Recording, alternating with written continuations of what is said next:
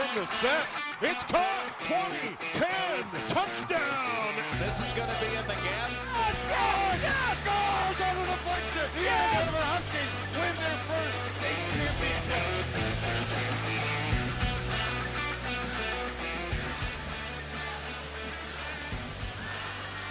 Well, coming to you live from the Excel Energy Center, Joe Ruin along with Jim Childs and the defending Class 2A state champions, just moments away from taking on the Lakeville South Cougars. And Jim, these two teams both come into this matchup with identical records, kind of an identical algorithm to their season, but certainly not very familiar with one another. No, they've only played once in the history, and that was back in 2013. It was a holiday tournament. The Huskies won 9-1, hoping for the same, result tonight. But really, this is a matchup as we look. They're both familiar with the state tournament as well, and we'll take a look at kind of how they got here. Listen, the Cougars, the Lakeville South Cougars. This is their 8th time, 10th if you count Lakeville, the full Lakeville High School. The Huskies, their 4th time. Both were in it last year. Huskies obviously won. They've been here consecutive times, but really the biggest thing that you can see on here is when they come to the big stage, the Huskies seem to have a better record at 5-2 against a 6-12 record for the Cougars. And of course, this state tournament so far has just been an unpredictable one, with Maple Grove getting knocked off by Cretin Durham Hall, and then it took overtime for Minnetonka to finally finish off Hill Murray. That one in overtime as well. But the Huskies, they can bring the speed, Jim, and that's what we're going to see tonight, is just how quickly they can rock it. Yeah. But Jim, the pure speed of this Husky team is just unleashed, and they just get, it seems, faster during the postseason. Yeah, and they can operate within a phone booth, and as you saw right there with Gavin Thorson's goal. And right here, you see the speed of that first line. They break out, and there's two defenders just basically chasing Conway. He's got a winger open. That's Casey on the other side. Beautiful score. And that speed, Joe, as you've talked about, not only this broadcast, but in other ones, that speed kills. It does. It creates that anxiety, right? Anxiety goes up, IQ goes down. And when you have the speed coming at you at this velo, it can just stun you, shake you, and rattle you. And you saw that evident in the Duluth East second period. More so in the first, when they really did kind of rattle the goaltender and coming out with a strong second period. But meanwhile, it's the goaltending. Altman, his technique's been solid the whole year. Yeah, and last year in the state tournament, Austin Braun was such a big part of that state championship. And you see right there, Altman, great lateral movement, able to keep that puck in front of him, square to the puck, and the shooter. One of the real true surprises this season. Playoffs, the key component. How long and how good are we between the pipes? We'll find out tonight.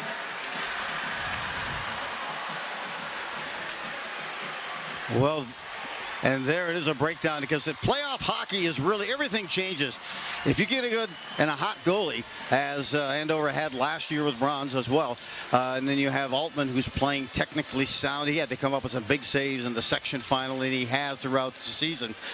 You can gain possession of that. But when you look at these teams as they match up from a scoring standpoint and kind of a side-by-side look at the statistics, you kind of see some interesting outliers. Yeah, absolutely. And the big thing is these two top lines are really, really good. Andover's line of Casey, Conway, and Thorson last year really helped win the state tournament. This year, they have been dominating. They've got 102 goals between the three of them.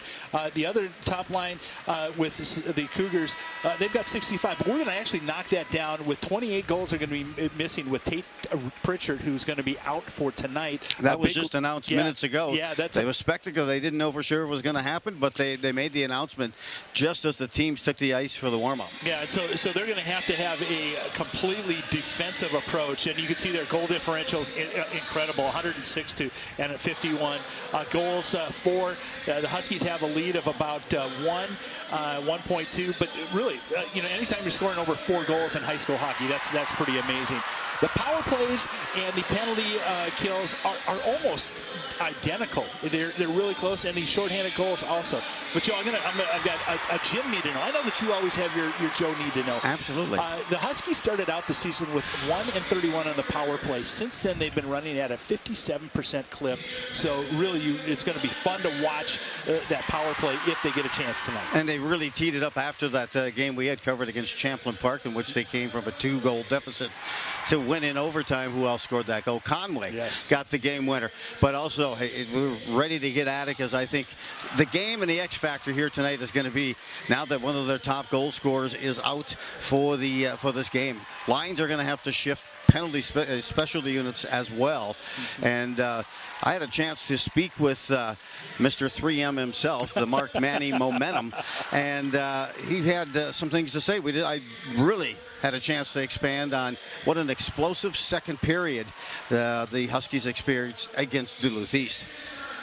Yeah, well, that's what our first line is. They can kind of put you to sleep for a couple shifts, and then they explode like they did up there. And I think they got all 5 of the goals in the second period, so it was nice to see. Yeah, they did. And then, of course, Casey added a quick one 22 seconds into the third. What was the mood in that locker room after that first period? Well, I think they kind of felt that it was going to come. You could tell during the first period their goalie was a little shaky. We had a few opportunities that we didn't capitalize on, but we kind of had the feeling the tide was going our way towards the end of the period. And then the second, we just came up with some confidence, and then it helps, right? Thorson got one, I think, a minute and a half in, and then we got a power play and got another one, and then really got them on their heels. Well, another trip to the state tournament for you this season. It's going to be about defending that Class 2A title. But how would you describe this team heading into the game tonight? Well, they're battle tested. I think when you look at our schedule and our record, we've only had 2 one-goal games plus a tie, and so we're not really experiencing close games. But the one thing we noticed through the entire season is that everybody gave us their best game, and other coaches in the handshake line would say that's as good as we've played all year, because they're focused in, right? It means something to be the defending champ. So this group's had to put up with that, so I think they'll be able to perform under pressure. But once the puck drops down at the Excel, everything changes, kind of starts new. It does, and you've got the opponent, Lakeville South. What do you expect from them, and how do you feel the team is ready for them? Well, I think we're a good matchup for them. They seem to be a team that really values offense. They want to get up and down the ice, and we've seen a lot of teams like that this year. Centennial, Champlain, Maple Grove, Duluth East, Rogers are all teams that love to get up and down the ice and play at a high rate of speed, and so they've been good at battle testing us for what we'll see tomorrow. The Lakeville South does have a very good D-core and an outstanding goalie in Jack Hochsprung, so we're going to have to be at our best in all 3 zones. Hey, good luck tonight, and of course we've got to say it. It's I call him the 3M of Andover, Mark Manny Momentum. Thanks for joining us.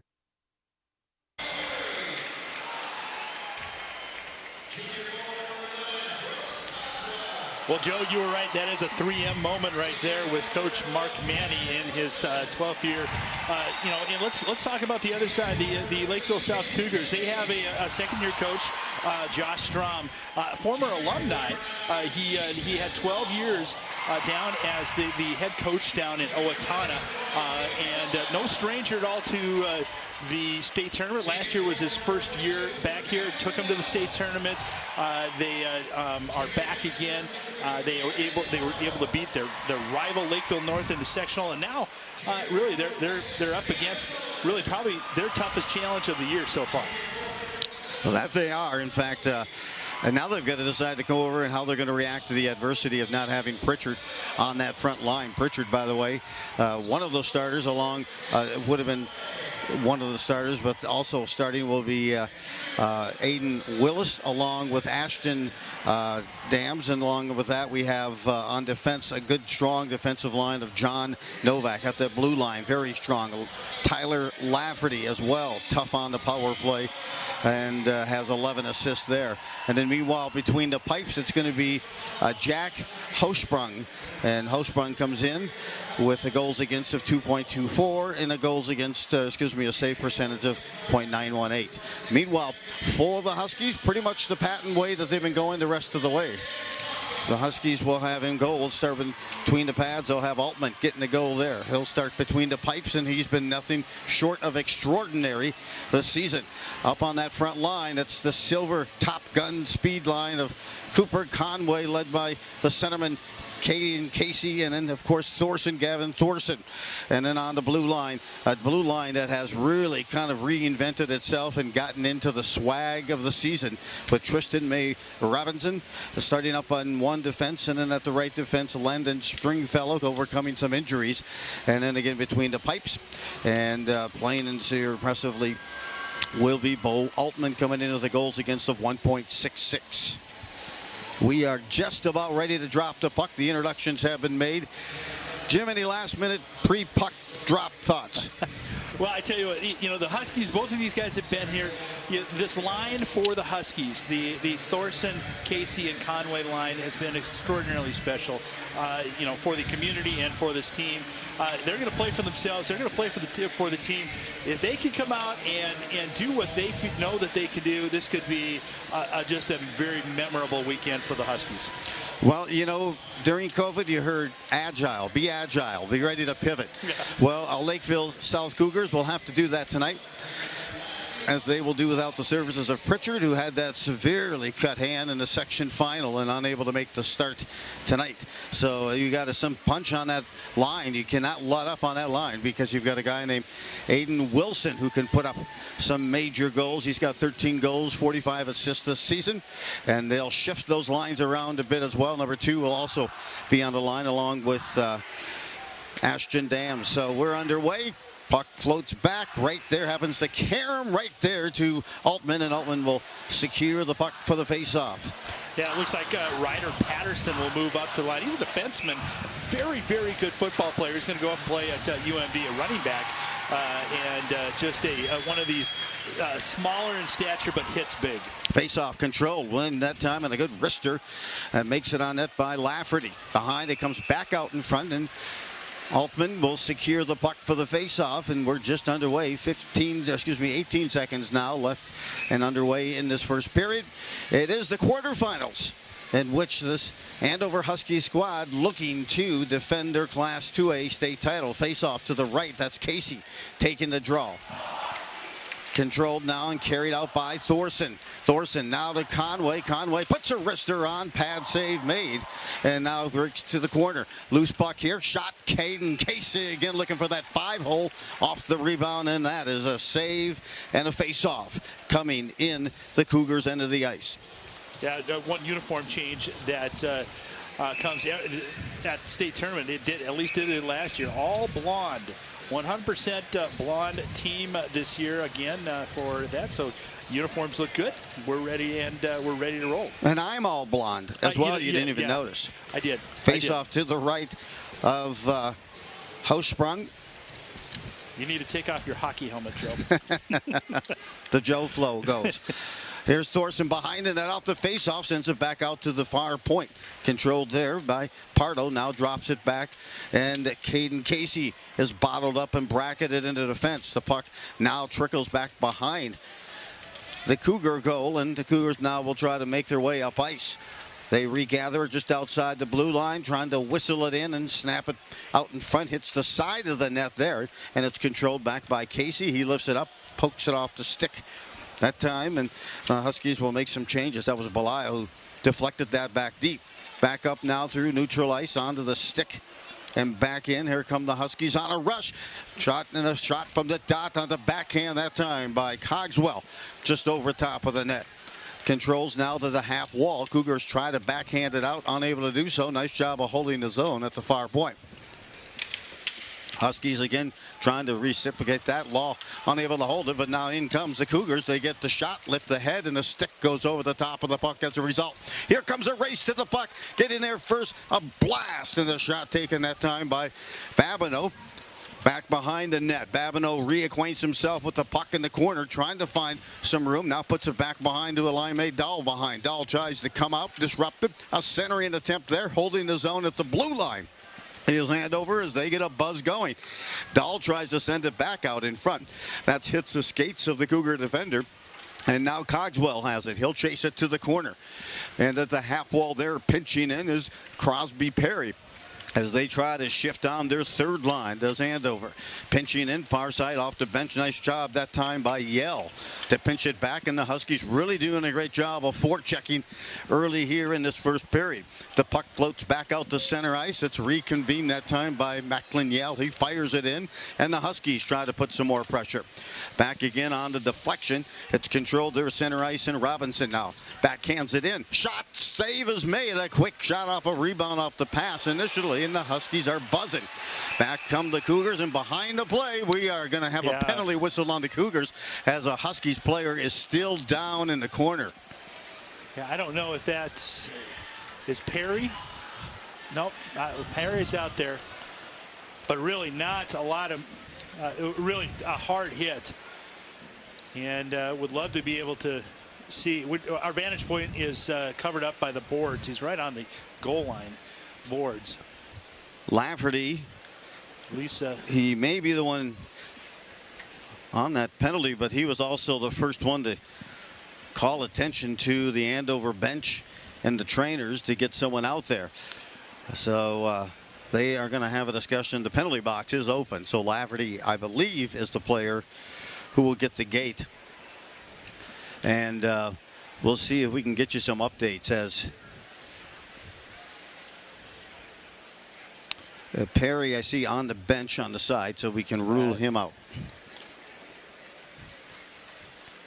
As let's see, still calling attention here as another trainer comes out with the help of the head official. Yeah, it was a big hit. Sitting up now, so that's good to know. I just want to, as this is audio only, we just kind of want to get you what we see immediately. And the player is now sitting up, and we can grab a look. Still, the actual player is kind of being obstructed in terms of the number, surrounded by those on the medical staff. Get a read on the condition, and the Andover trainer Lisa is out there. A couple of players are coming over to help skate him off, hopefully. We are just minutes into this quarterfinal matchup. Sauer, the freshman, looks a little wobbly, and he'll need the assistance. There's another. Take a look here as we gather a look again. As Sauer is being assisted off the ice, still looks a little bit wobbly here. And that's a D-skater, or D-skater. And we're going to take a look and see who this penalty is going to be whistled. I thought it was Lafferty, but Lafferty was the last one back there. It may have been one of the forwards for the Cougars. Yeah, no penalty called. There is not going to be a penalty called. They had the gate open for a while, but we'll have to take a look. But hey, we'll just see who can respond here. Faceoff comes just outside the blue line, 14-15 to play. And we'll get an update for what we can find out about the freshman Sauer and his condition. I suspect we wouldn't see him at least back here in this first period because he looked a little woozy coming off.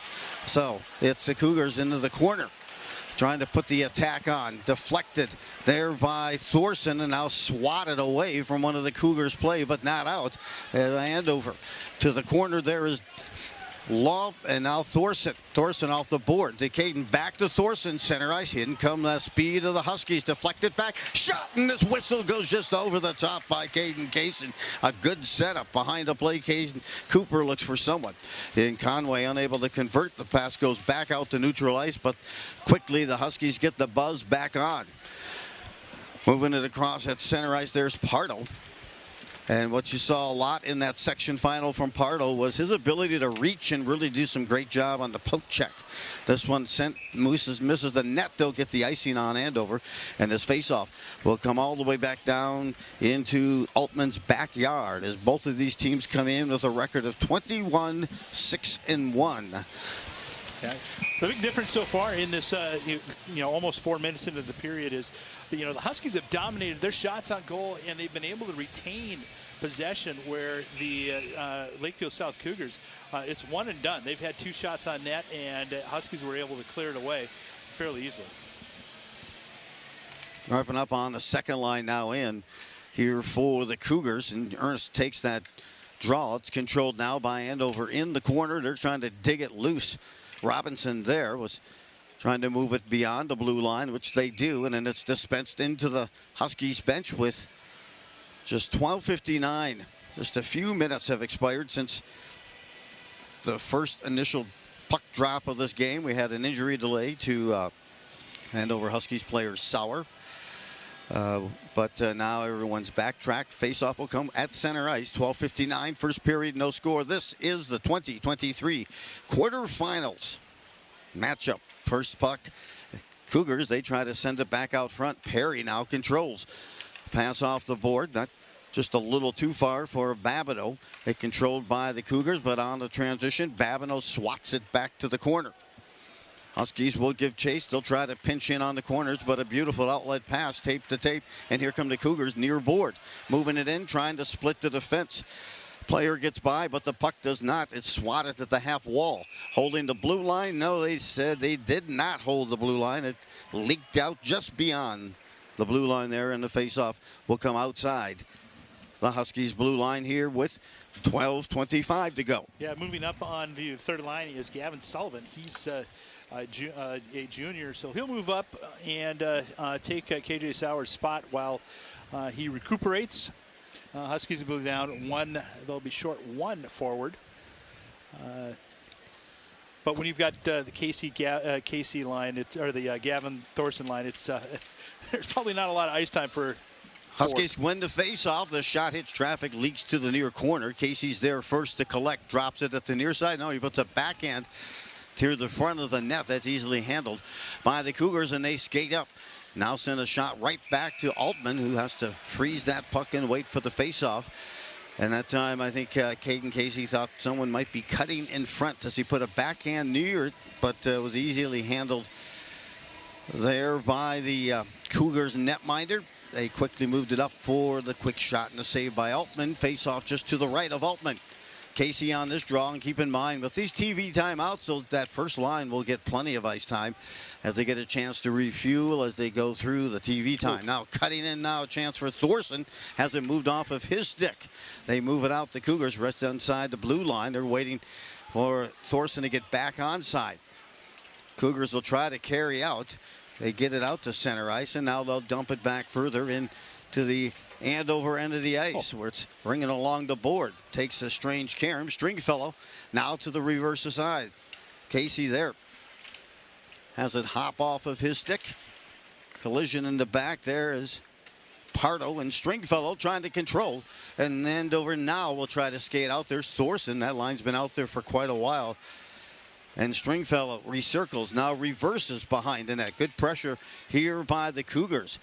Moving it ahead to Casey. Casey cross ice. Now to Conway. Conway tries to hit Casey coming across. Misses on that connection, and back through neutral ice. Here come the Cougars. A Whistler shot, and this pad save made. Another follow-up shot off of that initial save by Ernst. And he had a couple of good looks that time. And the Huskies turn it away thanks in much to Altman. 10:50 to go. First period. The Huskies will start it out again from their own end of the ice. This first line has been out there for a while. Pounces off the stick. Now a chance as they try to convert with Babineau. Unable to do so. Here come the Cougars. Lifted off the stick that time. Well played by Robinson as they tried to separate the defense of the Huskies. Could not do it. Huskies off the rebound, deflect this up through neutral ice, and this deflects on goal, forcing Altman to make that save. He'll do a quick catch and release off of his stick and gloves it across to a teammate there. Andover now quickly on the transition, trying to take advantage of some numbers. There's Stringfellow, a great skater, puck handler, big shot, just off the mark. Now trying to hold the zone, not there in time. It leaks just beyond the blue line and gathered in back in. That was by Westman. Huskies make another push coming in, moved off the puck, and now the Huskies try to reach and continue the pressure. Unable to do so, the Cougars now will shuffleboard it all the way down the ice. Regathering it now by the top line, and that, of course, is Aiden Willis. Willis has got some spunk on that splash out of his, and they try to bracket behind. They do. They get possession of the puck again, as Stringfellow was looking to decide who he wanted to pass it to on the near board. Clinched in the corner here. It's two of the Cougar players and one of the Husky players. It's Stringfellow. It's like a TV timeout. It was. Trying to come back around, tripping at the back of the net there. And Huskies try to move it out. Finally they do. They lift it. They have the numbers now. Here they come. 2-on-1. Drop pass. I'll look here. Back in front of the net. And the goalie that time had no interest in even making that save. He put a shot coming back the other way. Altman makes a nice save as they try to transition. They're going to call a penalty. It's going to be on Ben Dahl. On Dahl for running in, but I'll tell you, the goalie had no interest in making that save. He went out and put a forearm shiver and really induced that check himself. And the surprise, and Dahl suggesting the same thing. And he wasn't even ready. He was the goalie for the save. No, not at all. Yeah, he just he literally looked like he skated out and took out Dahl. That's exactly what transpired as Hosprung, the goalie, Jack, a 6-foot senior. Well, they're going to call the penalty. It's anytime it's near a collision with a goalie, it's usually a penalty on that shot. Now off of here on the power play. Jim, get us caught up on the power play numbers and the penalty kill for both these squads. Yeah, absolutely. They come in, the Cougars come in with a 32.9% power play. They are 27 for 83 or for 82. The Huskies 83% on the penalty kill. They've allowed 14 out of 83 chances. So, and the Huskies, by the way, have a very excellent job. They've done an excellent job on shorthanded. They've got 13 shorthanded goals this season. And of course, one key feature missing here for the Cougars is their top goal scorer for power plays is out. Here's a chance as Casey tries to split the defense, and he's put on his back, and a nice check defensively there by the Cougars. But again, keep in mind, Pritchard, one of their top scorers, but he is their top power play producer, is out with an injured hand here for the Cougars, announced just as the players stepped on the ice for the warm-up skate. Joe, look out for number 19, John Novak. He plants himself right in front of the goal area. He's a big body, and offsides there, but he's a big body that really causes a lot of havoc out front. Cougars having a tough time setting up their man advantage. As Jim had mentioned, the Huskies, they see a penalty kill as a chance to attack, and Casey had a good look there, but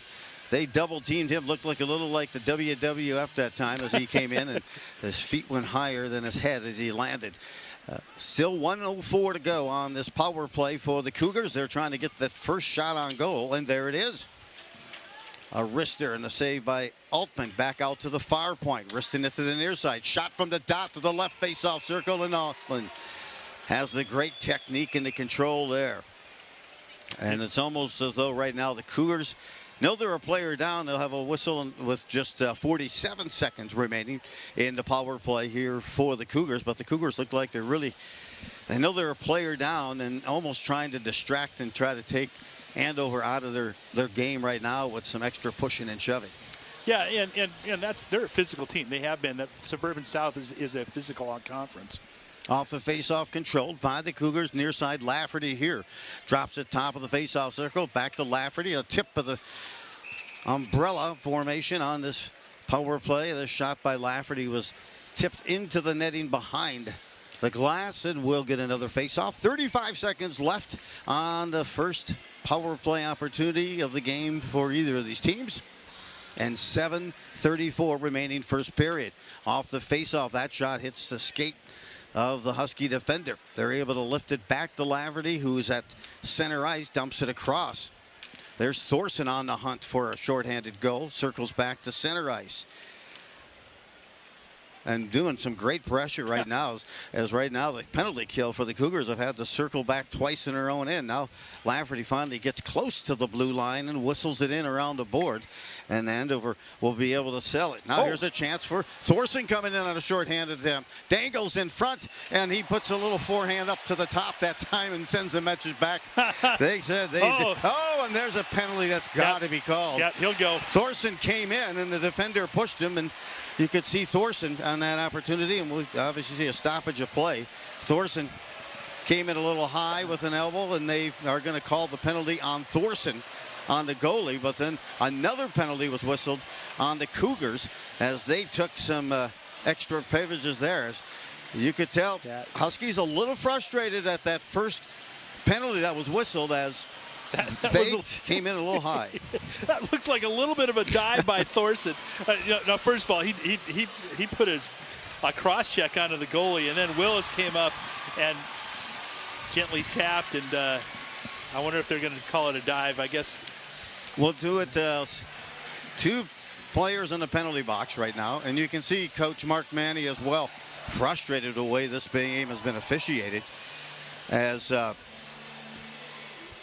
you know, Thorson came in, was driven in, pushed by the back of the defender as he cut in on that shorthanded attempt. They feel maybe he got that stick a little high on the goalie, but Horsprung has done very little to stay away from some of this contact. In fact, induced it on the first collision in which the Huskies were whistled for a penalty. All said and done right now, there's still 1 second left on the penalty to Andover, and that's penalty kill has been successful. Now they will go at it as I try to count it up from above here. It'll be coincidental minors, so 5 aside. Huskies try to jump the outlet pass. It's deflected. Back comes Partle. Partle works it back into the corner. Getting there first for Andover will be Dahl, who's out of the penalty box. Stringfellow digging at it. A good physical game to start here this first period. No score. 6:30 to go in this first period. And Ben Dahl controls it. Had it for a moment. Now it deflects. Circling back, a quick shot on goal, and a save secured there by Altman. Bo Altman has had an outstanding run here in the section playoffs and continues here in this quarterfinal matchup with 6:20 to go in the first. Yeah, he's done a great job of just knowing when to hold on to it, where to position to be able to get rebounds into the corner, not out front, and he's really looking confident out there right now. Face off to the right of Altman, ushers back the Lafferty there. He puts a shot on it, hits a blog of players there and got nowhere, and now Andover moves it up and out. Conway puts it back on the stick. Now to Macklin, that time Yell, who swings it to the side. Back in front, trying to put a shot near, but it's carried out by Lafferty. He can skate. He's got some jets on him. Carries in and carried in offside, as the forward was in about a half a stride ahead of the Cougar defenseman. So both players were called for roughing, Joe. So, but they both went off for incidental roughings, even though they weren't necessarily with each other. We got a TV timeout as well, and yeah, Jim, it has been an interesting first period. As I think, the Cougars have decided they may need to change strategies without the services of one of their top scorers, and they've gone the way of trying to play physical, or hey, not allowing that first line to focus if they're anywhere near the net, as the goaltender has jumped a couple of the Husky players here in the first. Yeah, a couple of key statistics. Face-off one right now, the Cougars have an 11-5 advantage right now, which is pretty surprising. Shots on goal, 10-5. And that's equally, well, not quite as surprising because of the fact that last year in all three of the games, all three of the state tournament games, the Huskies were outshot. So, we're just following the script that happened last year, but really tight game so far. Well, if you want to know what's the record of the teams if they score first, well, coming into tonight, the Cougars came in with a mark of 17-0 when they score first. Meanwhile, for the Huskies, they have a mark of 17-3-1 when they score first.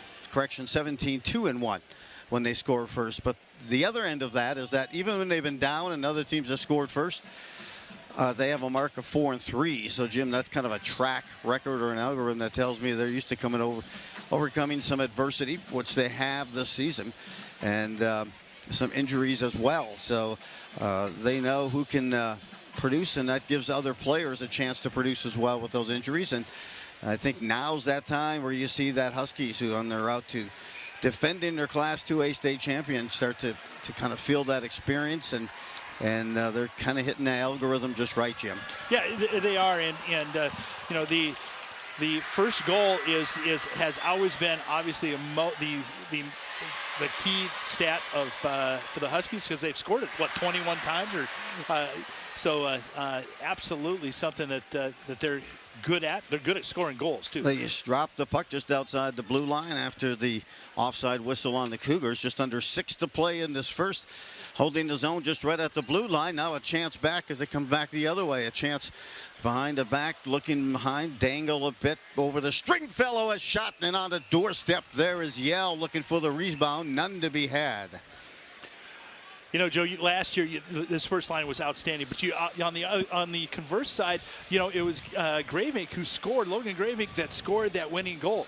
So who's that going to be this year? And my money is on Ben Dahl to have him come through with that goal that we really need at that really difficult time for the Huskies. And Lakeville South Cougars also looking for an X factor here in this quarterfinal game, and let's see who can pick up the pace for them. Stringfellow holds the zone near point. Now puts it off the skate of a defender, which leads on a rush back the other way. Stringfellow corrects it by hustling back and then sends it back down, and they whistle the ice on Stringfellow in Andover on that transition play, and the faceoff will come back into Altman's backyard here with 5:23 to play in this first period. Shots on goal 10-6 in favor of Lakeville South. You know, really not a lot of flow from either side. It's just there hasn't been a lot of rhythm by either team. Just waiting for somebody to start going backwards, and you know, it's usually 1 or 2 touch possessions, and it's to the other team. Face-off. This time it's won by Andover. Moving it up and out of their own end. Now to center ice. Sent to the ice. Huskies there. Unable to control. But now they get another run at it here at the near side. Dumping it in as Cogswell. A collision, and back behind the net there involves Babineau. A loose puck squirts out free, and pouncing on top of that to make the save is Hochsprung. What a play by Babineau. Babineau went in against 2 Cougars deep and was able to forecheck and get possession of that puck, and then put a shot on goal and get an offensive opportunity, offensive faceoff for the Huskies. Nice job by Luke Babineau. You're right. A great individual effort. Faceoff. Perry will draw it here for Andover, just to the left of the Cougar zone. They didn't like how that was dropped. They're going to reset. V2 now coming on this faceoff. Just at 5 minutes remaining here in this first period. Control, another big win on the faceoff. Sullivan there collects for Andover. Sullivan tries to get it back again, and now it caroms back down. Up near the blue line. Nice job of holding the zone and whistling one from that far point. And making that save off the shot was the Cougar goalie. You know, one of the people that the algorithms that you were talking about to change for the Cougars, Aiden Willis, he was actually a teammate earlier this year with Cooper Conway up in Green Bay for the USHL Green Bay Gamblers. It was Drew Law on that whistler just inside the blue line previously. And now a breakout here, missing this pass. A lot of whistles, as you mentioned. Both teams kind of trying to get into their zone. And finally now with Thorson back on the ice and off the bench. Huskies get their regular first line out there. And let's see if he can bring some of that mojo they usually do. In that first period, they have outscored opponents in a convincing rate. There's a shot that's deflected off the faceoff.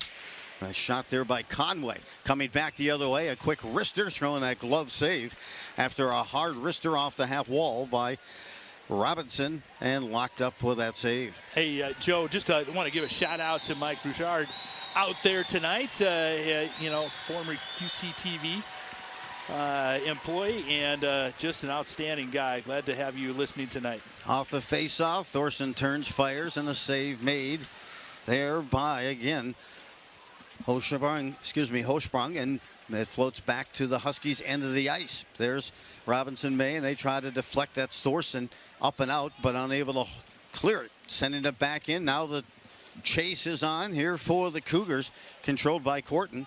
Corton now sends it back behind the net. It's controlled side of the net, then tried to carry him out that time by Casey. Picked right back up by the Cougars, and they whistle it back to the corner.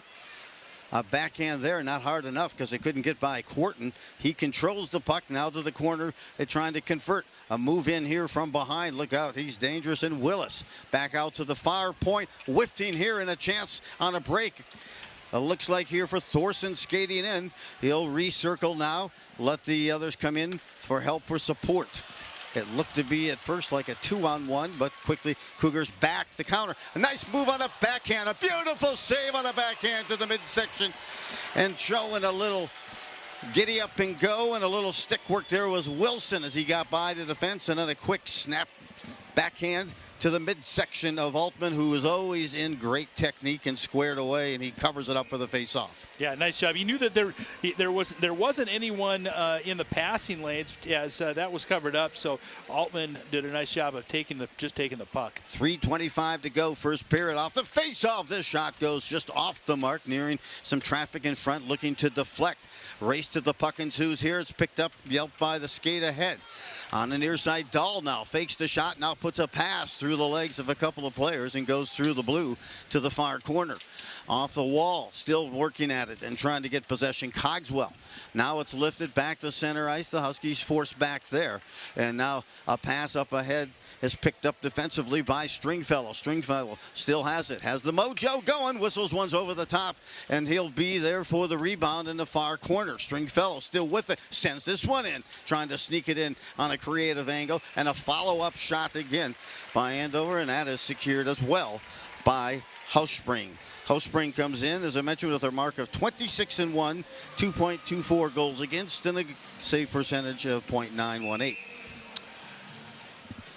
Nice. I tell you what, this third line, the Babineau line and Dahl line they've really made some impacts and some nice shots on Hamstrom. First line back out there, off the face-off. This one is deflected and kind of put a change up in there. And then meanwhile, Casey from the half wall sends it across to the corner, unable to do anything with it. They get it back out. Defense goes down, and now a chance here for the Cougars. A behind the back pass now between the legs, puts the shot on, and Altman, stellar save.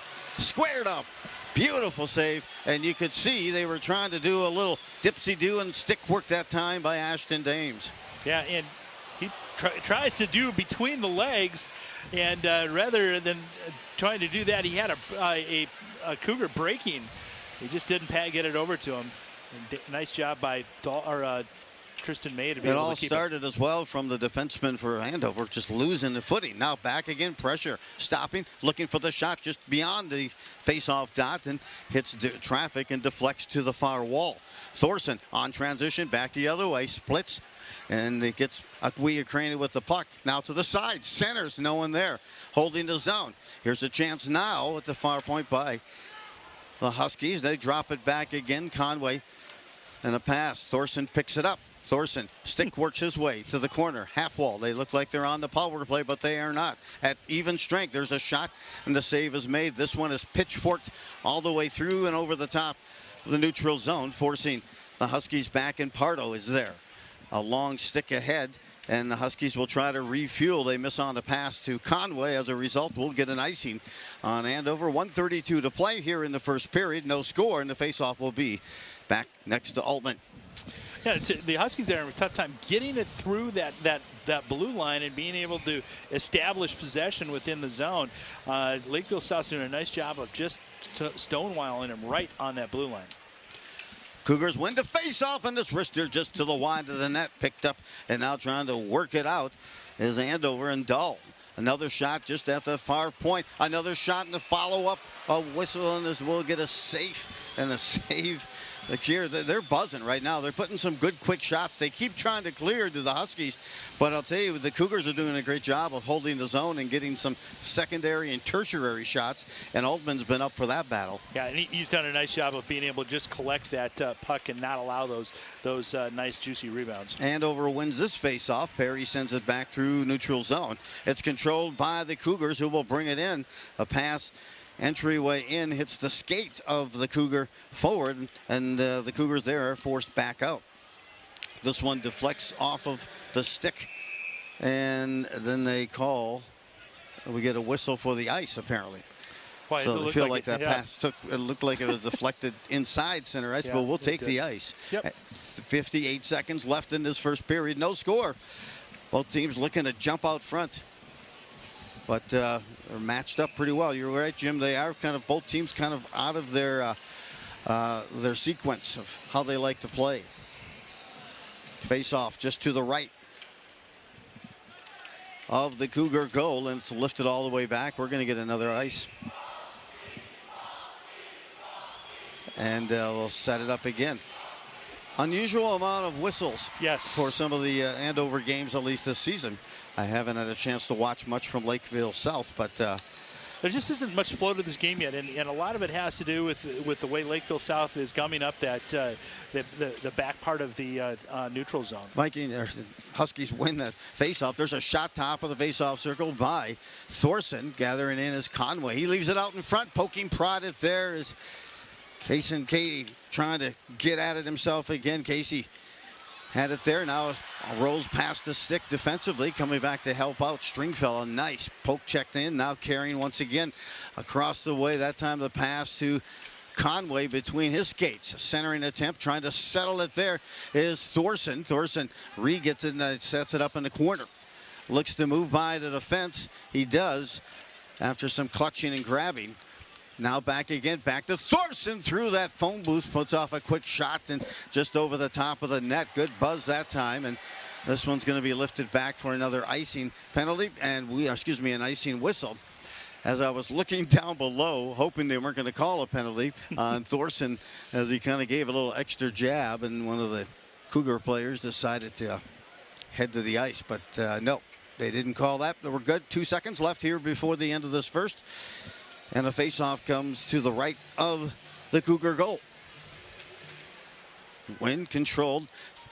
Conway tries to take the shot there, but he's knocked to the ice. And we are at the end of one complete, but still Conway lucky he didn't get a whistle, as he kind of took a little bit of a swipe at one of the Cougar players. Let's hope he doesn't, that he's speaking fervently with the official. And I don't think they will make the call. But anyway, Jim, tight matchup. Both teams have kind of been exchanging some punches, literally, and meanwhile, not able to get their flow. Yeah, and I think once they get back into the locker room, and you've got a bunch of first-timers on both teams that have never been here that can now take a breath and say, we've played a period on this ice, and now it's time to get into our game. And I think we'll see a different Huskies team coming out. Hey, we'll see if they can get that algorithm going. They had a delayed start because of the 2 overtime win before them, as Hale Murray was edged 4-3 by Minnetonka. That's who the winner of this game will play. And then there was an injury. We'll check on that injury for you as well with the Huskies player, and that slowed things down. And I think we'll be ready here second period as the Huskies ready to unleash some goal scoring and some goal hunting here in the second period. Hey, we will return. Don't go away. More great hockey coming your way on QCT and audio only.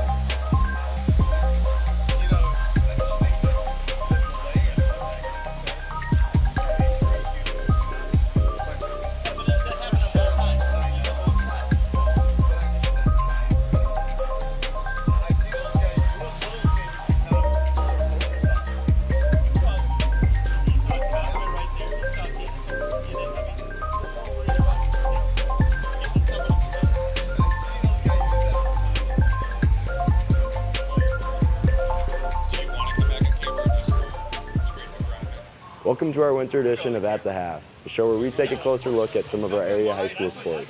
I'm your host, Chuck Stent. Andover boys and girls hockey look to capitalize on their outstanding dual state championships last year in order to continue their success into this season.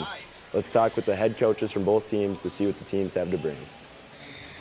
I'm Melissa Volk, and this is my 10th year at Andover. Our expectations are kind of similar every single year to be getting better, as the season goes and be playing our best hockey come February. We're a year older. Last year we were super young with so many freshmen on the team, and now kids are kind of filling some different roles and kind of figuring it out this year. Our captains, Ella Berger, Issa Gettle, Maddie Brown, that top line of ours, and then also Kaylin Mum back at D, Courtney Stegman, our goalie, but then a lot of other players that fill some huge roles for us and give us that depth that we need. Yeah, so every game, we kind of get excited for and another opportunity to play with our teammates and whatnot. But tomorrow we play Minnetonka, so that's a big game. And then we're in the Dyna tournament after Christmas. Yeah, we love our youth girls. We're so lucky to know all of them on such an individual basis. But the biggest thing that we preach here is just working hard and having a good attitude. My name is Mark Manny. I'm the head coach of the boys hockey team at Andover High School. Well, last year's team, a lot of our skill up front was underclassmen, and when you have underclassmen leading your team on offense, they don't feel the pressure that seniors feel. So they tend to kind of play loose and play very well. Seniors sometimes, get the feeling it might be their last game if they lose, and sometimes that leads to not playing well. So we had the perfect combo last year of great senior leaders who were calm under pressure and juniors who played free. We'll see what we have this year. Our best players are going to be seniors this year, and sometimes, like I say, that's not a great recipe, and sometimes it is. So we hope our young guys get better every game, and then we get good leadership, and I think this team will be pretty good by the end of the year. Well, up front, our three big guys are Gavin Thorson, Caden Casey, and Cooper Conway. Casey and Thorson both had over 70 points last year. Conway was hurt about half the year, so he had his offensive numbers didn't look quite as impressive, but they're going to be our leaders up front. Throw in senior Mac Yell, and we're looking for big things offensively from him, and junior Ben Dahl as well. And after that, we're going to see who steps forward and kind of takes the mantle and runs. On the backside, Tristan May Robinson, senior captain, who's been a stalwart for us for 2 years now, and will be again for a third. And then Landon Stringfellow, a junior who played a regular shift last year and is getting better by the day. Back in the net, we lost Austin Bronze, who was probably the best goalie in Minnesota last year. So we're just looking for who's going to step forward and take that job. We've got 4 very capable goalies, and any of them could be our starter by the end of the year. The Tornadoes have some new dedicated members of their cheerleading squad. Let's check in with them to learn some more.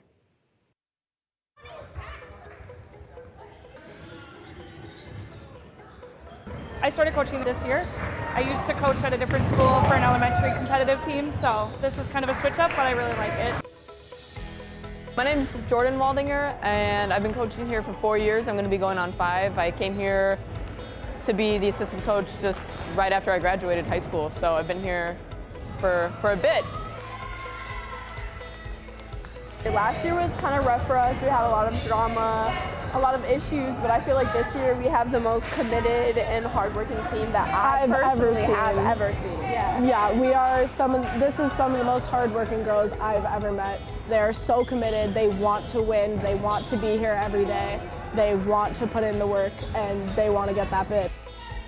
I think there's just more energy, more effort. So I just think this team is just miles different than it was last year. They want to be here. I can tell they want to be here. They want to put in the work. They're putting in work outside of practice. Yeah, the drive is really there. I enjoy it. We learned from our middle school coaches that were old Anoka cheerleaders that learned different ways and different techniques and stuff. And basically, when we got our new coach, Caitlin, she brought in some new cheers that she did with her old team. Also cheers that she had learned in high school herself. Yeah. So cheers end up kind of just being a big collaboration of what ends up working for the team and like what we like the most. Our pyramids that we do in our competitive routine, we have performed them at football games.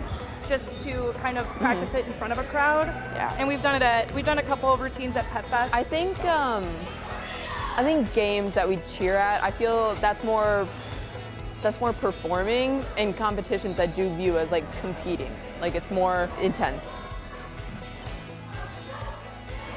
Our first competition of the year usually is regionals, and it's always the Saturday before Halloween. And then after that, we have competitions usually on Saturdays, every weekend or every other weekend kind of after that. Until like late February when Nationals is. When I got hired, that was my goal to the AD, was I would like to take this team to Nationals. That's a huge goal for coaches as well. So. Coaching this team, we've gotten 2 bids, I think, and we just haven't gone yet. So I think that's always my goal. Nationals. We want to get a bid to Nationals. Yep.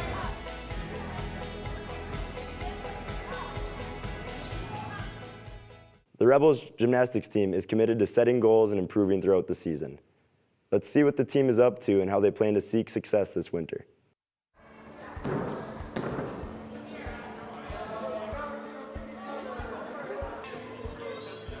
We're down a bit, but I've always said I want to work with athletes who will work hard. Like, if you love gymnastics and you work hard, that's who I want to work with. And we've got a core group of great girls. We've got an awesome senior leader in Melina Ung. I don't know anybody that's worked harder. So it's been a pleasure to coach her, and she's already been an awesome, invaluable captain, and I know that will keep going through the season. We lost about half of our team, I'd say, and then we got a lot of new middle schoolers, which is really nice, so that we have a really young team right now, and I think the season will be really fun. We have our summer practices, and then we also do, I tried to do monthly team bondings over the summer before season started. So the technique is the thing that takes a little bit more time and repetitions to build, and well, really all those things, strength, flexibility, but the strength and flexibility are what we really focus on as a coaching staff. Of those are things we can control. If you're doing your splits daily and really working it, you'll get more flexible. If you're doing shoulder stretches, and we do partner shoulder stretches and a lot of different stretches, you'll get more shoulder flexibility. So the strength and flexibility we focus on a lot. We focus a lot on improvement. So it's always a goal of ours with both our varsity and JV to have the team from that first meet to the end meet improve 8 to 10 points. And last year I think we got almost to 12 with the varsity, and I think maybe even 13 with the JVs. So those continue to be our goals. So this year we're just focusing on rebuilding those good team habits and that mentality towards improvement. And we're going to try and beat those teams that are at that same level that we're at, and show that we worked to be our best on that day. That's it for this edition of At the Half. Make sure to keep up to date with all your local sports coverage by liking and subscribing to our Facebook, Twitter, Instagram, and YouTube pages. Thanks for watching. Jason, let's go see your room.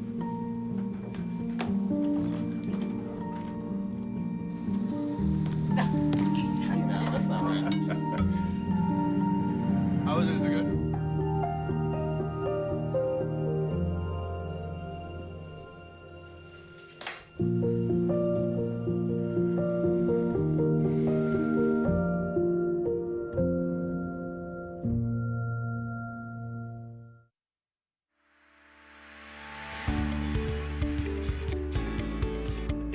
Impact Service.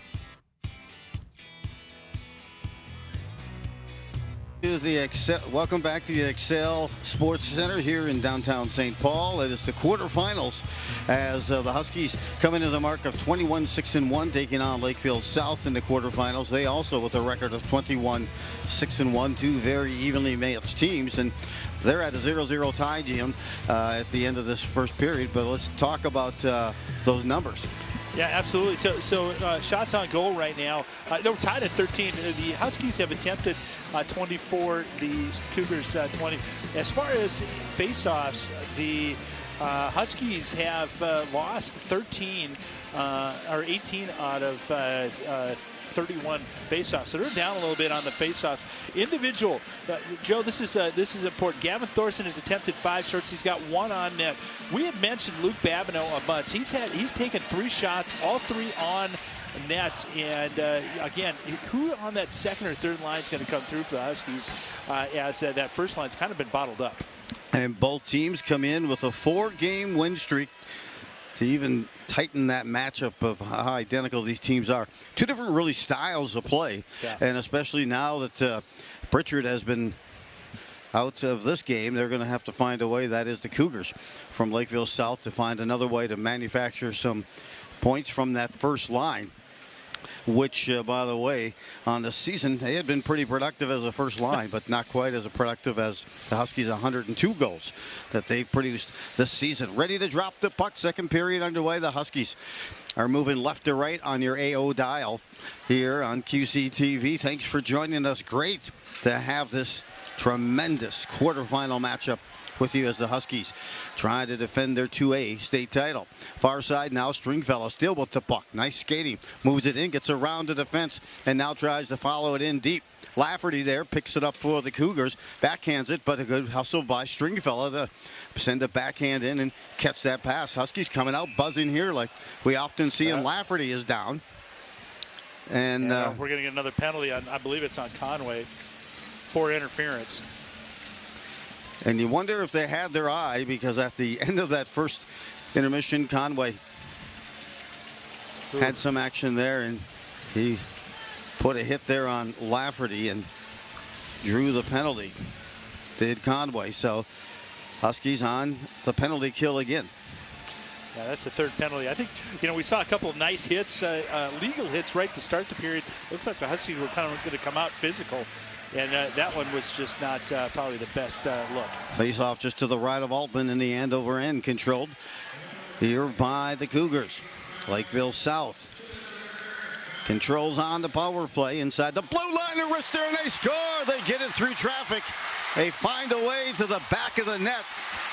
Just seconds into this power play. In fact, 9 seconds into the power play. It's Lafferty who absorbed the cross check, or the interference penalty by Conway, is the one who scores the goal. He put a wrister and got it through all those sticks and skates, and they have given Lakeville South an early 1-0 lead on the power play goal here in the second period. Yeah, and that was just a screen inside right there as it went across, and you could see number 19 Novak right out in front and just screened Bo Altman. Nothing you could do on that. We'd mentioned that right from the start. You did, Jim. You had watched some film also before, and that's kind of their equation, is getting the big fella out in front, and he did a great job there. And Altman, he was squared up where he should be. The puck was just hit inside the post on that far side. So 1-0 lead. Let's see how the Huskies will respond. They can get themselves going and stay out of the penalty box as they begin early here in the second period. The downside is they're down by a goal. The good side is there's a lot of game left. Right back again on the doorstep. They quickly try to counter on a shot by Thorson. Within that, at that time, Casey sends it through the goal. Thorson tries to seal off the defender, trying to carry it out. And now back the other way. Bunking it back. Coach, the Cougars arguing that a couple of the players from the Huskies there obstructed them on a breakaway opportunity to no avail. Thorson there is whistled on an offside as they tried to delay bringing it in with some pressure, and they could no longer do that as they whistle for the offside. 15:45, just a $1:15 in to the second period. We've seen a lot more juice and smoke off the faceoff. This backhand is sent to the corner by Babineau. Babineau gives chase, puts up check, not able to hold the zone, and we will get ourselves another faceoff on this icing whistle against Lakeville South. You know, they're looking on the bench right now. I'm not seeing Sowers, so I think we can safely assume that he is out for the rest of the game. Face off to the right of the Cougar goal. And back behind. Now it's collected behind. Huskies still trying to push and get something going. There's Cogswell waving the stick at it. Babineau does a nice job of holding the zone. And it sends it to the near corner. And the Cougars loft this one up.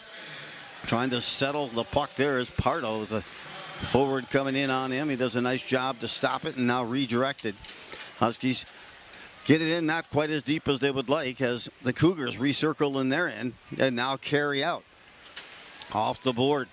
And then Altman loses an edge. Regathers himself. And back again to the corner. Rister puts the shot on, a save made. Altman gets it back out to the wide. Now collecting it.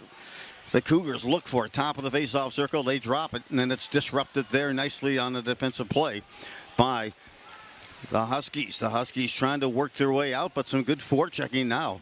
And pressure by the Cougars, preventing the Huskies to carry out. Now it's tipped just beyond the blue line, and the Cougars snap it right back in again. And back behind there is Dahl. Lifted up, cross through the neutral zone, and it'll be an ice on Andover. As you could tell, they were tired. The whole unit, both offensive and defense, are now making changes as they just needed to get off the ice. You know, I'd like to see the Huskies really see if they can start stretching that neutral zone a little bit. They're just getting bottled up right inside and on, you know, a good forecheck. But geez, I'd like to see some a little bit more aggression on the breakouts. They're going to remove the center, and that's Willis. Replace him with somebody else on this face-off collision. They're controlled now by Andover. Cross ice. Nope, right to the stick there of the defensive Novak. A no-look pass here. Controlled, now moving it back out to the tape. Thorson carries in, waiting for his line mates to support to come. His shot is deflected into the netting, where we get a face-off. I didn't quite get the full scoring run on that power play goal by Lakeville South, Jim. Yeah, it was Tyler Lafferty. You had mentioned it, good eyes, and that it was assisted by Ashton Doms and Aiden Wilson, their two top scorers that are on the ice, other than Pritchard. Face-off win for Andover. Pardo, half wall. Thorson coming in, no one's picking him up. He hit the defense in front, could not get by. Now he gets it back. Another wrister. This one's wide, deflects. Huskies try to win the race to the puck. They don't, but they do hold the zone. Pardo puts this one on the doorstep, trying to feed Casey. Good look by Pardo. Now the net is knocked off the moorings and will get a face-off. And started to see a little buzz now, Joe. A little bit of buzz. And yep, there was Conway, a little nudge again. Needs to be careful so they don't continue to want to keep an eye on him for any penalties. But you are getting the buzz going now that you requested, Jim. Yeah, thank you. It's about 16 minutes late, but we'll deal with that. Jim on demand gets that request, and the faceoff comes to the right of the Cougar goal. Scrapping at it, still trying to win it. They do it. Huskies have it, send it behind the net. Now try to see if they can cycle it down low and get controlled as it leaks out just beyond the blue line. And here come the Cougars back the other way. That's the second line here, led by the centerman Ernst on a shot. Deflects back. And now a chance here for Perry. Perry gets to the blue line. Sends it in. He'll chase it down. Ends up on his breezers behind the net. Good battle there on the far ward by the Huskies to hold the zone. And also try to put some more pressure. Another big check laid off there. Law levels a forward there. Puts a shot on. Handcuffed the goalie that time, got the Karen back out, and now the Cougars will skate out of their own end of the ice, and that's Hoffman. Hoffman sends it in, and that line will head to a change for the bench. On the fly, Law chips it up ahead, then They try to light them up and miss on a check, but they still get possession of the puck. And the low slot, a backhand just misses by Altman as they're slicing and dicing and by him. And a lot of traffic in front of Altman. And now it's lifted back to center ice. We'd wonder who would pick up some of those goals on the power play. We got our answer from Lafferty in front there, redirected. A nice save by Altman, and it leaks just beyond his grasp. Cutting in front was Willis, ever so dangerous. Back behind, and now it's the Cougars who have a little bit of a buzz on as they continue to pinch in and hold the pressure there. A face-off circle, Scarum and exchange, top of the face-off circle. A wrister hits the defender in front. Andover tries to get there first. Law was the one who blocked the shot. Law now picks up, and the Karen ball goes to the far corner. And getting over there is Robinson May. He'll send it deep, and another icing here by Andover with 11:48 to go in this second period. They trail by a goal. Yeah, the chemistry between Doms and Willis is outstanding. And then you put Riley Patterson, who's been a defenseman, now steps into that role as that first top line forward. Really pretty outstanding movement by that first line. And both those players, Doms and Willis, both individually have reached 100 points this season. A couple of hat tricks for Doms on the season. Meanwhile, who's out is Pritchard, and Pritchard had 3 hat tricks this season. And just out with that hand laceration. I didn't quite get details, but I know it happened in the section final. So they moved up onto that line. Patterson, who usually plays defense, but Patterson's got some jets and some good hands as well, and has fielded in admirably here already. In fact, Lakeville South on the power play goal has the lead 1-0 with 11:48 to go in the second period. Yeah, we mentioned that Ryder Patterson, number 2, he'll be going to UMD to play football, and was a big key to the success of that semifinal team this year. And as you get a look as well, it's on this season, it's this squad from Lakeville South has a record of 20-0 when they lead or are tied after 2 periods, and they have a 1-0 lead right now. Joe, how late do you stay up to get this info? That kind of stuff is incredible. I mean, the need to know by Joe just came up. We know that, the studying that he does and the algorithms and the laboratory experiments that happen at your house, Joe, I can't even imagine. And I'm currently with this cold averaging 3 cough drops a period. Okay, well, good. On the average. That's a hat trick, isn't it? A hat trick a period? You're absolutely right. Thanks, Jim. Yeah, you're welcome. All recovering. We are set to drop the puck after the faceoff. First line's back out there again for both squads, and faceoff comes to the left of Altman. Altman has faced 16 shots and made 15 saves. They were tied 13 aside as shots on goal at the end of that first period. Now the Huskies trying to muster up a little mojo as they get it going. Unable to hold the zone here at the near side and forced back. Andover, and now with the possession, a good defensive play that time. Wonderfully played. Coming back the other way there by Stringwell to block the pass across the ice, a streaming cutter. Now a shot, a pad save. More pressure coming. That shot coming from the top of the face-off circle. Back the other way, Conway trying to find a gap there. Just missed, poke checked away. In front of Lone, a big shot turned away off a waffle pad save. Huskies going to get another look here. Turning, firing. Conway whistles it, misses the net, holding the zone. Now is Pardo. Pardo has it back again, but that was a bouncing puck, too tough to hold. Getting there first are the Cougars, 2-on-1. They dangle it back and pull the trigger on a shot that misses the net. Trying to reciprocate the rush of the Huskies there. They missed the net altogether, but Andover likes the flow of this game. They like the speed. Swartzen comes in with a big wrister and then goes to the goalie, sprays a little ice towards him, and they will hold that for a face-off. Well, yeah, the level of intensity went up tenfold on this shift alone. First line versus first lines. Ashton Doms again, another nice couple of shots. Ryder Patterson, and then the Casey opportunity wide open just inside the circle, and just put it right on. Nice save by Hoch Strong. And I'd say the Huskies went from 0 to 60 in about a hiccup, and that's what we're used to seeing. Now they try to get that flow back on. Second line out there. trying to hold the zone. Dahl takes a swat, but defensively, the Huskies get possession from just inside center ice and wheel it back in. This one's chipped at, and now they're going to force to come right back out, and they're going to say the puck was touched inside the blue line, so this faceoff will come on the Andover side of the blue line here with 10:23 to go in the second. So the Huskies right now up on shots, 18-17. Hoekstrong looks strong and led, doesn't he? Hoek's strong. Yeah, he's looking good. He's come up big. It's not allowing some of those rebounds, and I know there's probably a couple of shots Andover would like to have back, but here they come back in. Dahl engineers, brings it in. Ben Dahl back behind now. There's Babineau.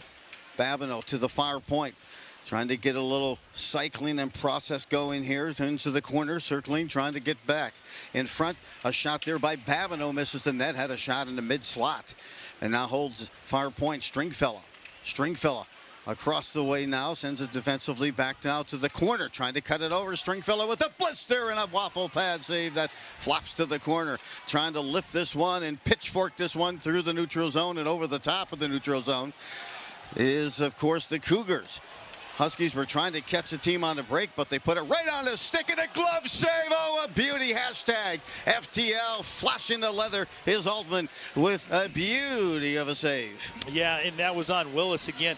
Pardo looks like he just kind of miffed that pass and ran right on to Doms, who dropped it right over to Willis. Willis with a wrister right on the high slot, saved by Altman. Face off to the left of Altman. A filthy save there by Altman. They came in. That puck gave up right at the blue line just as Cougars made their line changes, which gave them a 3-on-1. And fortunate that Altman not only made the save, but secured it without a rebound. Now Cougars circling back behind that line. First line on there again, and Willis in front. A shot here that's deflected. Great defensive play by Drew Law to be able to take out that Cougar. Near side here is Thorson, 1-on-3, and he's the only player I know who could rocket through it. Backhand pass, shot that time at a high slot, and the save made as Casey received a feed that time by Thorson, trying to hit Conway on the back door there, and this shot is deflected on the stick. Back again, one extra pass. Slates is sleeping by a backhand, scores! Thorson ties it up on a dime by Conway, and we are tied at 1-1. What a great job by Conway to keep it alive. Gets it over to Thorson somehow, and Thorson, you knew he was going to score sometime. That time, he breaks the ice for the Huskies. And there went that one extra pass, and that's what you see the Huskies doing well. Tape to tape, one extra pass, and that gave them that full view and able to beat Hochsprung for the goal to tie it up 1-1 here with 8:43 to play in this first period. You could see that buzz was coming on, and it was Conway who took that initial shot in there, always there for feeding time to pick up the loose change. Was Thorson. Yeah, Hochsprung tried to get it out. He actually passed it right over to Thorson, and Thorson just buried it. Well, that will be the spark the Huskies didn't need. They will just get. And now a backhand. They come off the faceoff, and they are all sparked up now. There are some good hockey juice going right now as the Huskies back into the puck hunting business. Tied at 1-1. I'm sure it'll be Conway who picks up a dime there and an assist. And we're knotted at ones with just beyond the midway mark of this quarterfinal matchup in the state tournament. Deflected back by Dahl to center ice. No one there, but the defense is, as the Cougars will try to counter. A backhand in, Stringfellow. And I think Stringfellow has been playing an outstanding game tonight, controlling, just taking charge from that blue line. A tip pass back out, puts it on the stick, and here comes Babineau. Babineau winds it from the wide and tries to scissors his way inside. Back to the corner here, controlled, and drop back there at Cogswell. Into the corner, the Huskies applying some forecheck, but also trying to make some line changes as well on the fly. Carrying it out, Lafferty. He's got some speed. He's got some space. He takes the shot, gets the rebound, gobbled it up there, Altman, on the second shot to secure it and make sure no more messing around my neighborhood, he says. And Thorson, that's an unassisted goal right now for Thorson. So Thorson unassisted. But you mentioned Lafferty. Lafferty, 31 assists, 7 goals, and now 8 goals, and 31 assists. Not bad for a defenseman.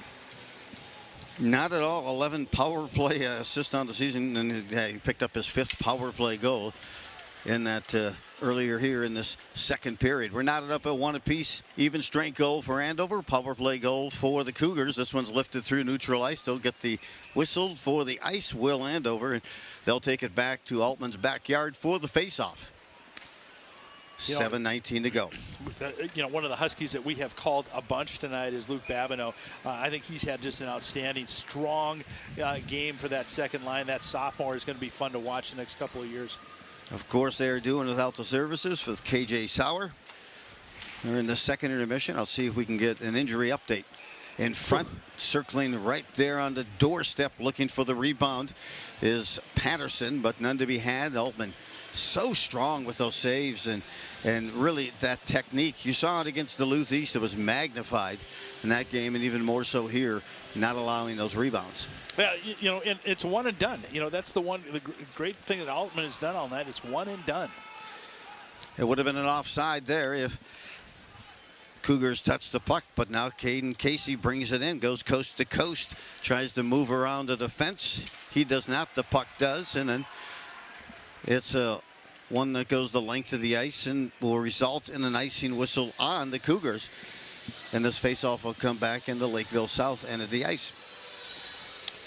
We'll see. Let's see how late in the period how the lines match up.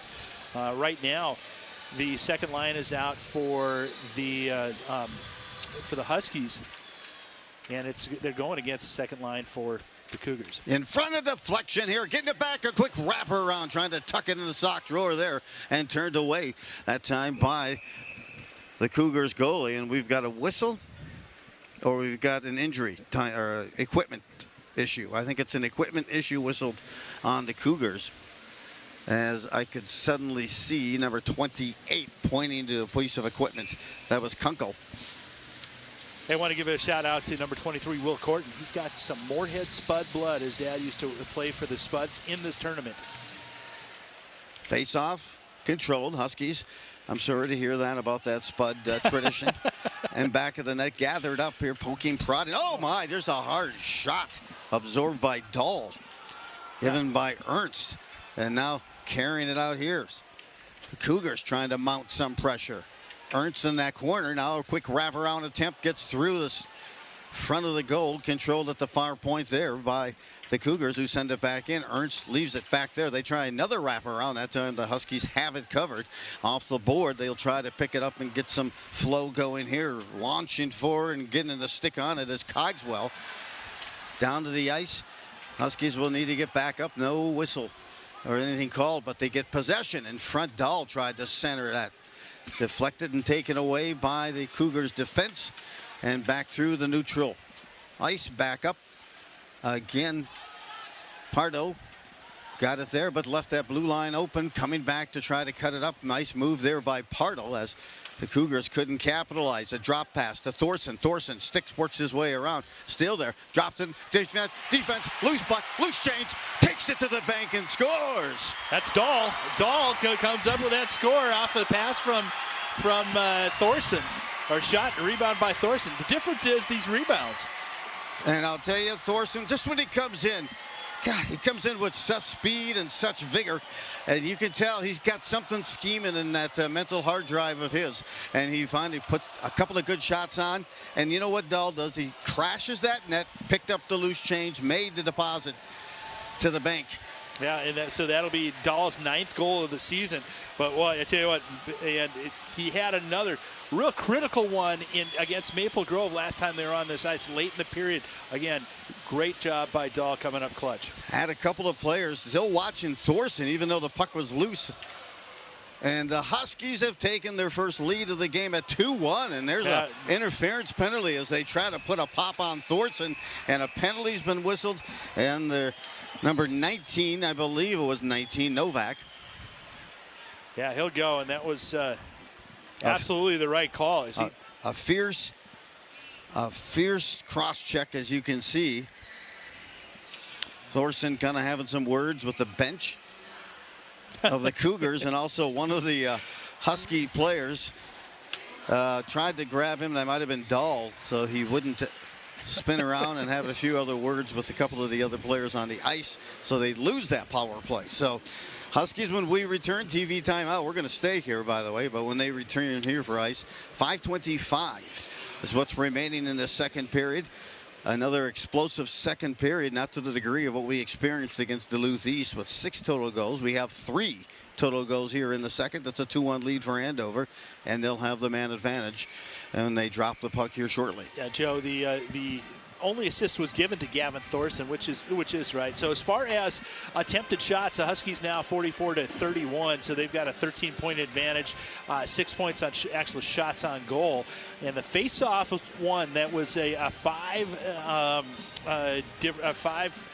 face-off one difference coming out, and now it's down to where the Huskies have now a 2-point advantage. So they've won a majority of the face-offs so far this period. Shots on goal at the end of that first period, 13-13. It is now 23-20 in favor of Andover, and you can tell they've gotten that flow going, and they've got, appears, the Cougars chasing. I'll tell you, nothing more evident than when you're able to, I'm not sure Thorson had anything to say in this matter, but right after they scored, the Huskies, and took that 2-1 lead, they dropped the puck. Thorson circled right at center ice, and it was an obvious cross-check laid on him that time by John Novak. And that, to me, says you've got them off their game, and they are extremely frustrated. And now the Huskies will drop the puck. It will in the Cougars' end for this power play as it begins with 5:20 now to go in this second period. Here's a shot from the blue line, racing to sear off the defender and try to hold the zone. Good job.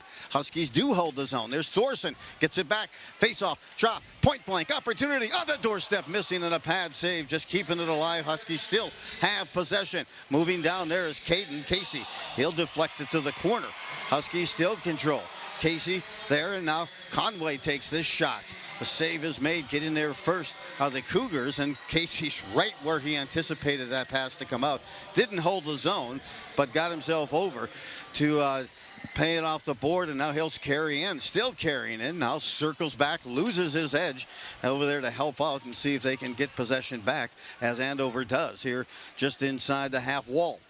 Thorson has it. Still plenty of time, $1:05 to go on this power play. Shot from the dot. No, they tried to connect on a little tic-tac-toe, but just missed on the pass. Thorson back to Casey inside the blue line. Over skating momentarily, and across the way, picked up again by Thorson. Thorson skates in. Shot here. This one's deflected high in the air and into the glass. Getting there first is Lafferty to clear the zone. Huskies regain. There's Thorson right at the blue line, and he'll carry in. Still with it. Thorson drops it there. A chance for Dahl. Dahl, they're not picking him up. Puts the wrister on, and the save is made. Yeah, really good puck movement, but I tell you, the Cougars are all collapsed around Holtstrung. There's a lot of bodies in front, and Huskies have hit, majority of their shots have just hit traffic. They're going to keep that first unit on there here for this power play with still 37 seconds left on the power play. Face off to the right of the Cougar goal. Face off win for Andover. Back to the far point. Turning, Spider didn't quite get what he wanted on that backhand. Did May. Now back Thorson, back again, back to Thorson. Thorson takes the Schrister down low, tried to deflect on the doorstep there to Conway. He gathers the puck again, sends it to that far point. Casey wrestles this one to the far board. Thorson off the wall. Misses on the pass between the skates. Conway has it back here. 10 seconds left on the power play. Thorson a no-look back to the blue line. Conway to Thorson. Thorson wants the hit one. Scores! Yes! Scores! Yes! Goes 5-hole. And a power play goal for Thorson. And the Huskies have sizzled it up here in the second period. Now with 3 unanswered goals and a 3-1 lead on the power play goal by Thorson with 3:28 remaining. What an awesome shot. That one was just a snipe, and you saw him put the gun back in his holster. What a great job by Thorson. Oh, boy, you talk about the hands of a surgeon. He can play that speed game, but the precision here He saw those pads opened up and he found that 5-hole and buried it back of the net. Second goal of the game for Thorson. And the Huskies light the lamp. And that time it is now a third goal in this period. And they now have a 3-1 lead with 3:28 to go. Yeah, you know, it's even more amazing is Hodson had a clear vision on that shot. It was not a screen, and he still was ripped it right past him. Let's see if the Cougars will try to quickly counter, cut into this 2-goal deficit. At one point, they had a 1-0 lead here in the second period. The Huskies have hustled and outshot their way to now 3 unanswered goals with 3:10 to go in this second period. This is the quarterfinal matchup coming your way from the Excel Sports Center in downtown St. Paul. Huskies coming back the other way. There's Perry trying to put some pressure on behind the net. Looking there to Babineau. Babineau centers, but it's on the stick coming back the other way. Here is Patterson. The Cougars try to move it in. A good hard save and staying in position and technique. Nice save by Altman as Patterson's rung up along the boards on the defensive play that time by Stringfellow. Stringfellow picks him up again. Another wrister absorbing that save. No rebound allowed in this neighborhood, says Altman with 2:39 to go in the second period. 3 unanswered goals have lifted the Huskies to this 3-1 lead. Yeah, that was a power play goal. Thorson from Conway and Casey, that first line, all three getting another point. And really, you could feel the jump coming. You could feel it a little bit earlier. Definitely the Huskies now have the momentum. They want to redo this face-off, which is to the left of Altman. Huskies now with 30 shots on goal as they feverishly that time put some numerous shots on goal during that last power play and finally able to get one by the Cougar goalie. 3-1 lead, Andover, and now back the other way, trying to counter back as Ernst to bring it up ice. He misses on an outlet pass, and we'll get a whistle on the Cougars. And this faceoff will brought back all the way back into the Lakeville South end of the ice. As I mentioned, both these teams come into the mark of 21-6-1, both with a 4-game win streak. But Lakeville South has won 10 of their last 11. So shots attempted now, the Huskies in the second period alone have 31 shots attempted. They only had 21 in the first period. Make that 32.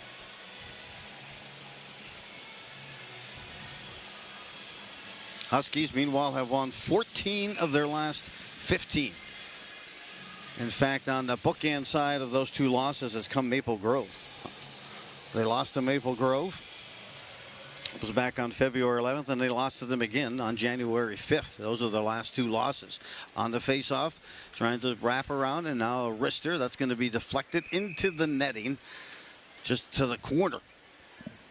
Many people were anticipating a Maple Grove Andover rematch again as of last year, one of the all-time classic state tournament finals. Maple Grove just could not get it going today. A 3-1 loss to Creighton-Durham Hall. Face off, a quick wrister there is moved off the stick of Conway, but he's going to chase it down. It's wedged there and controlled in the corner, coming over to help out.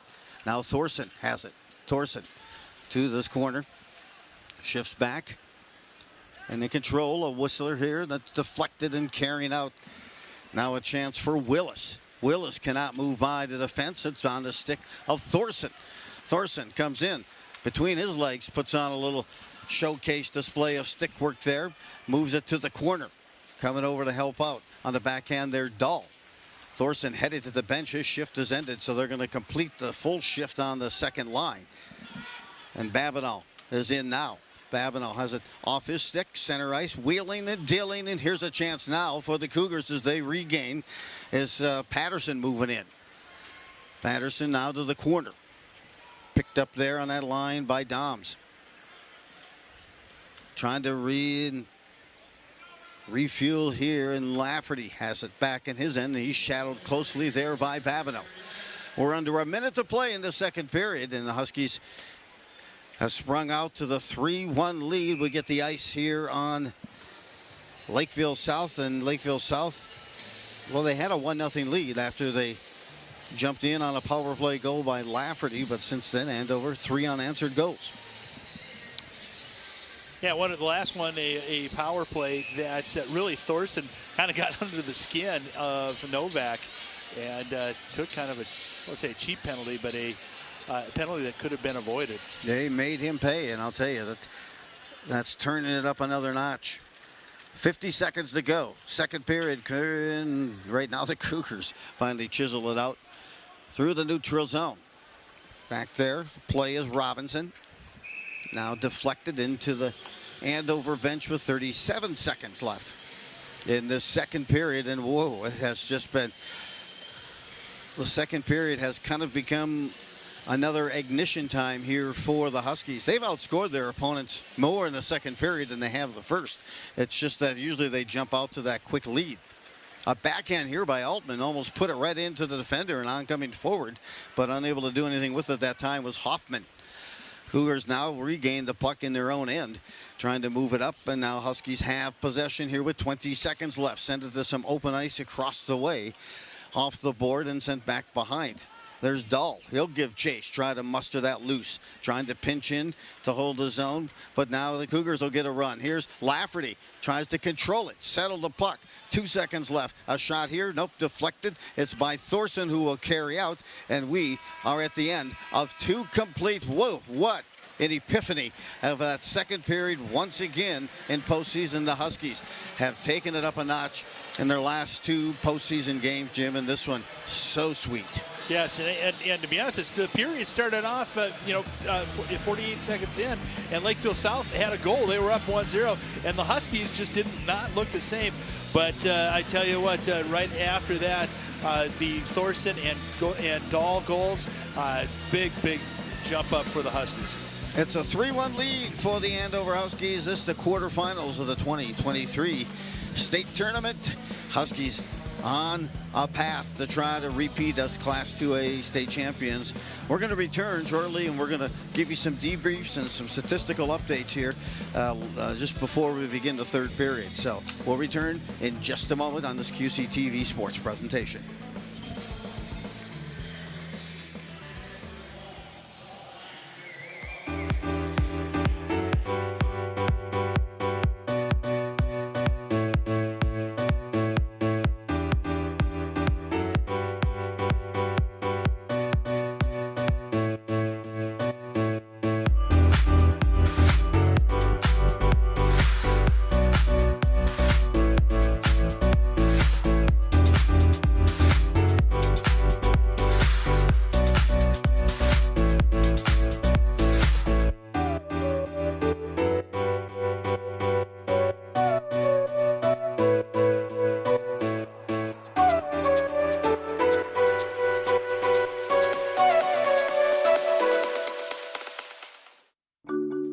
The thing that drives me every day as a dad is him.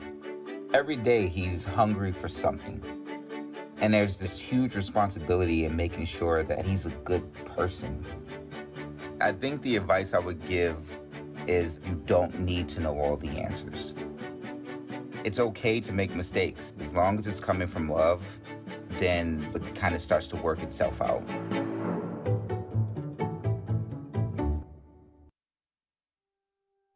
The Andover Family Fun Fest has drawn thousands of people, with a variety of attractions. But do you know when it started? A group of volunteers working together in cooperation with the city to put on a festival. So when I got here, it was really kind of a well-oiled machine and moving forward. And as I jumped into a role as administrator, saw my purpose was to let's find ways to remove obstacles outside, but allow for the volunteer group to continue to put on this festival, which our residents enjoy. Current city administrator Jim Dickinson said he joined the city staff in 1999, well after it started. So he introduced me to 2 of those people who were there from the very beginning of Andover Family Fun Fest, back in 1996. Bob DeSteno and his wife Nancy, who is not here, but them and Gary Warble were around at the get-go. And the mayor back in those days was Jack McKelvey, and Jack had wanted to do something. So with that, I think I'll turn it over to the historians here. Well, I mean, you're just having a conversation with me because I don't know anything about Right. the history. That makes three of us. We probably forgot more than we know. That's the problem. And we're getting older, you know, we forget stuff. Co-chairs of the Andover Family Fun Fest, Bob and Gary remembered plenty. I've been here, and my wife and I have been here since the beginning. I got home from work one night and she said, oh, they have a request for citizens to help run this festival. So we came to the meeting and there were, I don't know, maybe 6 or 8 people. A few citizens and the city people. My wife she's trying to find out as much as she can, so she says, well, when are we going to have the festival? We don't know. Where are we going to have it? We don't know. And that's when we realized this is ground zero for this thing. And my wife was a nursery school teacher, and so she had all the contacts for children's entertainment, and we hired a bunch of entertainers for the kids, and I think that's where it kind of started with being aimed at the younger kids, and it's been working really well. And some things have stayed the same, like the Andover Fire Department's corn feed. Other things that have been there from the beginning? The baby crawling contest. Of course, the parade. And they even had bingo in this very City Hall chamber room. First of all, in the mid to late 90s, Andover was not very big. And the amount of people that we had coming compared to what we have now, it actually looks pretty sad. And, the first fun run was 25 people. And after, let's see, well, it must have been last year that we had 300, 400 runners. So, and we've gone from just timing people manually to chipping them, and so it works out a lot better that way. So, big changes. And now with a medallion hunt, giant inflatable obstacle courses and slides, fried food, street dances, the 5K fun run, a parade, a classic car show, fireworks, and more. It's just grown, and I think the reason it's grown so much, the population's just grown so much in the city. So we need more room. We need to expand. Bob and Gary say a major part of the celebration is the food vendors.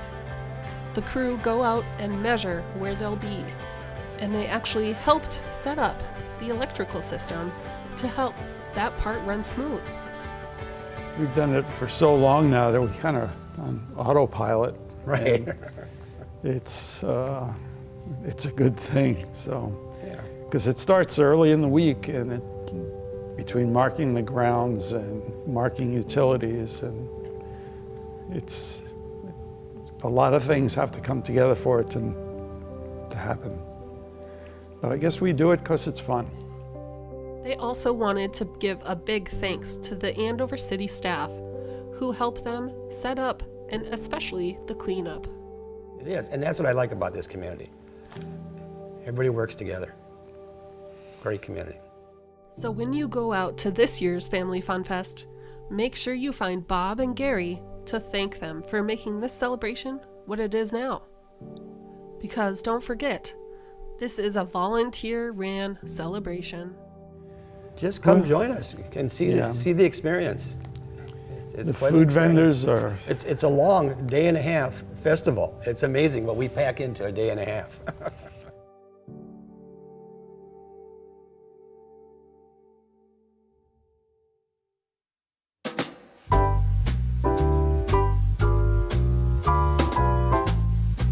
So I'm throwing a holiday party and I need some alcoholic drinks. So today I'm at the West Better Values liquor store, one of 2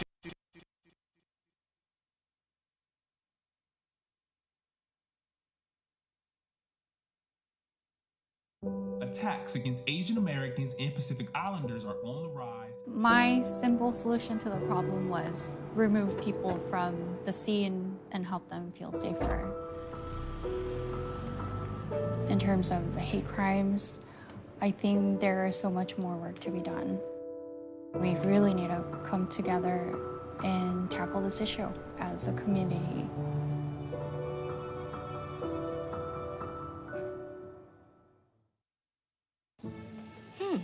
Maybe you can make retirement happen. After all, you made her college years happen. Opening that education savings account when she was little. Spearheading a campus tour. And another, and another, and another, and another. Bam! Deciphering financial aid. She was like, what? Well, now she's like, you aced planning for college. Now get the tips you need to get on track at aceyourretirement.org. Do you remember your first bike? Do you remember the excitement and freedom it gave you? Witnessing that joy or getting a from the heart thank you note from a recipient of one of our bikes is our reward. Bikes for Kids collects bikes donated to us from local bike shops, recycling centers, law enforcement, and individuals. We refurbish these bikes and give them away to kids and others in need who may not be able to afford one, along with a helmet and a bike lock. We do this through churches and other charitable organizations. And the recipients of our bikes also include homeless people and even refugees from the war in Ukraine and also Africa, where we ship them over once, sometimes even twice a year. In continuing our mission, not only do we need bikes to refurbish,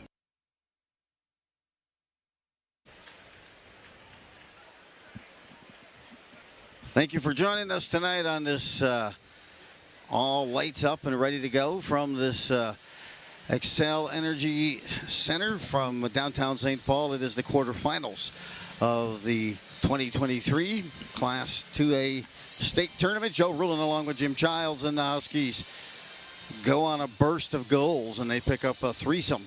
Their 3-1 lead in that second.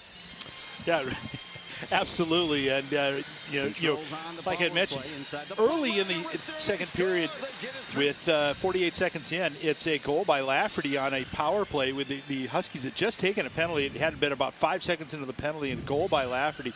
The Huskies come raging back, Joe. They did, and finally some good puck movement.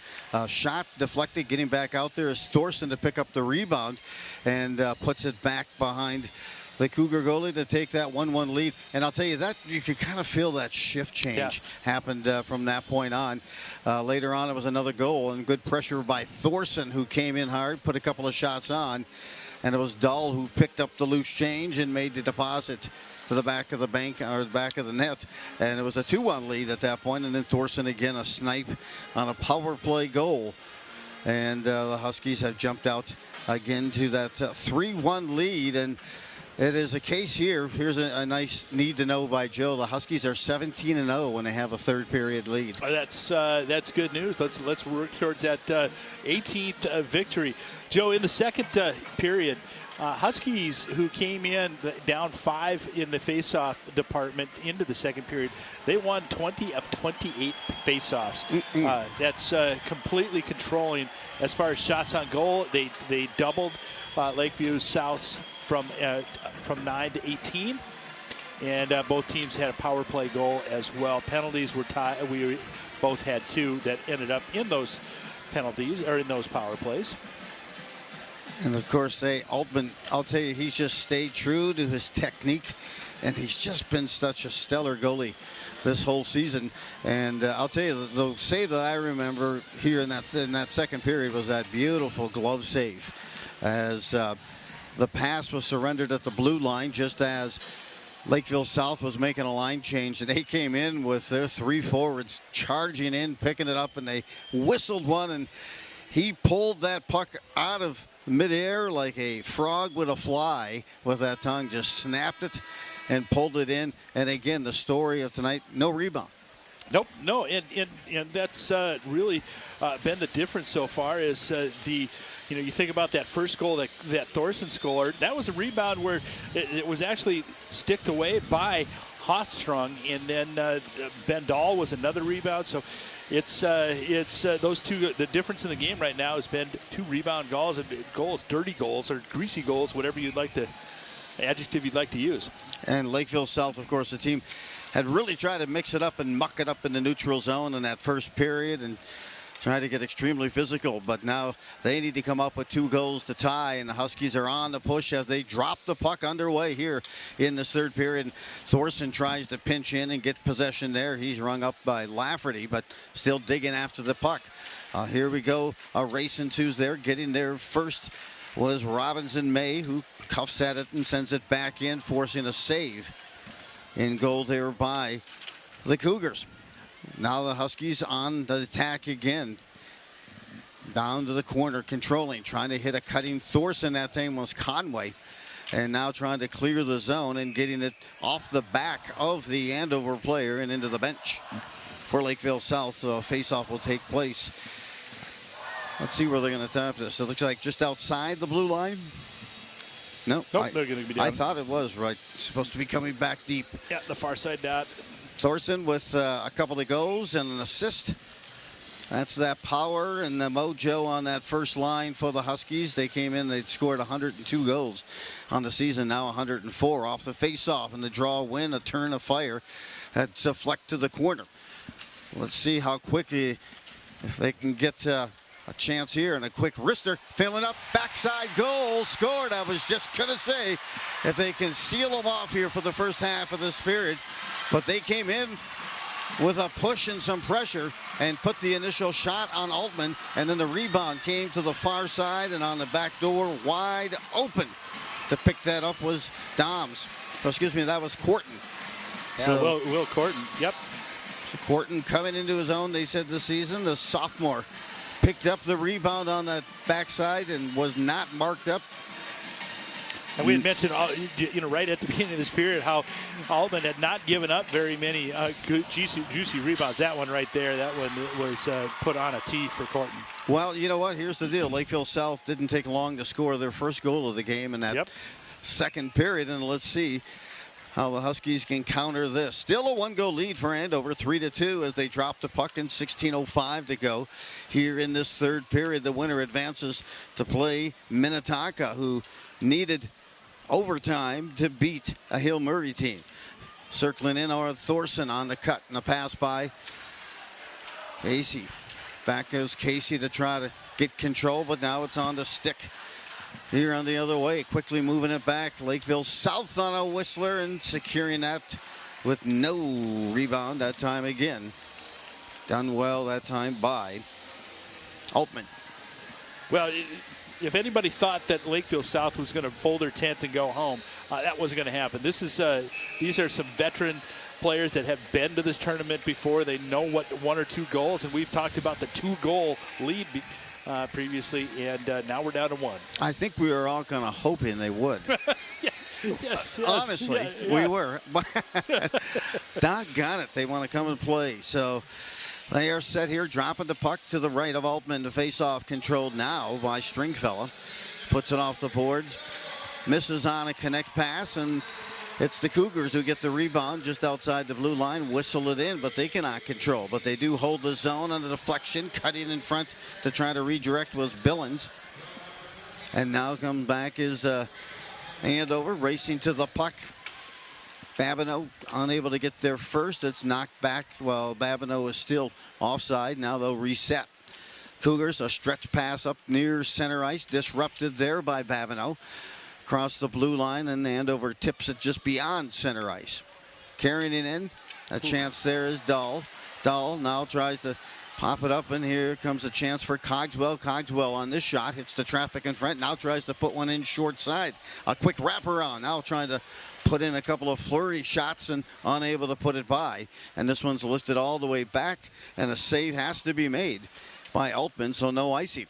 Dahl got away with a slash right there at center ice. That was could have caused some more angst for the Huskies. Huskies up 3-2. They had scored 3 unanswered goals in the second, but quickly countering as they did early in that second period were the Cougars. 3-2 lead, skating in near side. Here's a wrister getting that rebound far side, trying to pick it up as they've maybe picked up on a little trend that maybe the Huskies are not picking up on that backside. And a good wrister that time and a save, but just missing on that back door on the far side winger chasing in. Near side, picked up here. Willis drops it back. Nice pass that time as it got between a couple of the Huskies, and now Thorson tries to move around. He hasn't moved off his stick. The first lines exchange opportunities. There's a good wrister trying to snap one by Altman. He makes that save. This one's lifted back to center ice, forcing the Cougars back deep in their own end. Yeah, you're right. On the near side, the left side of Altman, they have found a little niche. Backside here, another pad save made, looking to get the rebound, but Thorson is there to pick up the rebound. Thorson hustles, gets the puck, still regains possession here. Was going to drop it to that far point, but could not as he lost his edge. 13 minutes remaining, third period, and it's the Cougars who have put on some good pressure. A burst of speed once again off the bench. Now here comes Perry. Perry far side, glove save made and secured that time by Hochspring. Boy, that's just what the Husky need right now is a little jump in their step, and Crosby Perry came out flying off the bench, took over for Gavin Thorson. And Dom's put on that nice wrister. Yeah. A good waffle pad save, but they're making sure that Andover is covering that backside, and that's how they scored their goal to begin this second period. It's still a one-goal lead, Andover 3-2. Thanks for joining us on this AO. Joe and Jim here on QCTV as we are in the quarterfinals of an exciting matchup. Yell is put to the ice. Quickly back up again, and Dull goes to the corner, not there in time. They'll ring it along. Perry gets there, puts a backhand to the corner. Dull trying to get possession. Perry comes over to partner up and add some support there. Tangled away and off the stick. Now back again, Dull. Again trying to sustain that pressure. Not able to clear. Good job by Perry to hold it. He tried to put it right back on the stick and repay Dull, but just missed on that connect off the skate of Andover. This will go back, no ice, as both teams will get at it. Trying to win the race to the puck that time was Billings, but Andover has it now at the half wall. They chip it ahead just across the blue line. Full head of steam coming now for Conway. Conway brings it in. Coming into charge behind is Casey. Casey recircles, tries to hit down below, just misses a pass to Thorson, but he picks it up off the boards. The inboards, circles again, face-off circle, tries to get it to his forehand to put a shot off, and he's knocked to the ice. And skating away now with the puck is Doms. Doms sets it up, a little dribbler, some traffic redirect, and the direct that time that just misses the net. You'll see a lot of double shifting here, I'm sure, as we go to this third period for these first lines. Back out just beyond the blue line. Across ice and a chance there. Curling in. Another chance for Doms. Tries to power his way in, and a good save that time on the pad by Altman. On the deflection. Back comes Casey. Now it's Conway. Conway tries to dipsy-do and dangle his way by, but he cannot get by. The puck is freed up and put back to the Huskies' blue line, and now trying to settle it. It moves just beyond the blue line, and the Cougars try to drop it in, but Stringfellow, who's played tremendously here in this quarterfinal matchup, had it momentarily. A little pirouette and picking up the puck is Babineau, still with it on his stick, and sends it in just across the blue line. Into the corner, controlling now, working it up, half wall. Trying to mount some pressure, just missing on a pass to Babineau in that face-off circle, and back will come the Cougars. A big blast this time, misses the net at the half wall, retreating and trying to bring it in from that opposite board, and missing the net altogether, the Cougars. The Cougars trying to mount this pressure and tie this matchup with 10 minutes and 20 seconds to go in the third period. They trail by a goal. Holding the line. A big shot by Lafferty makes its way through. A follow-up. Tries to slap that one right by Altman, but Altman said no.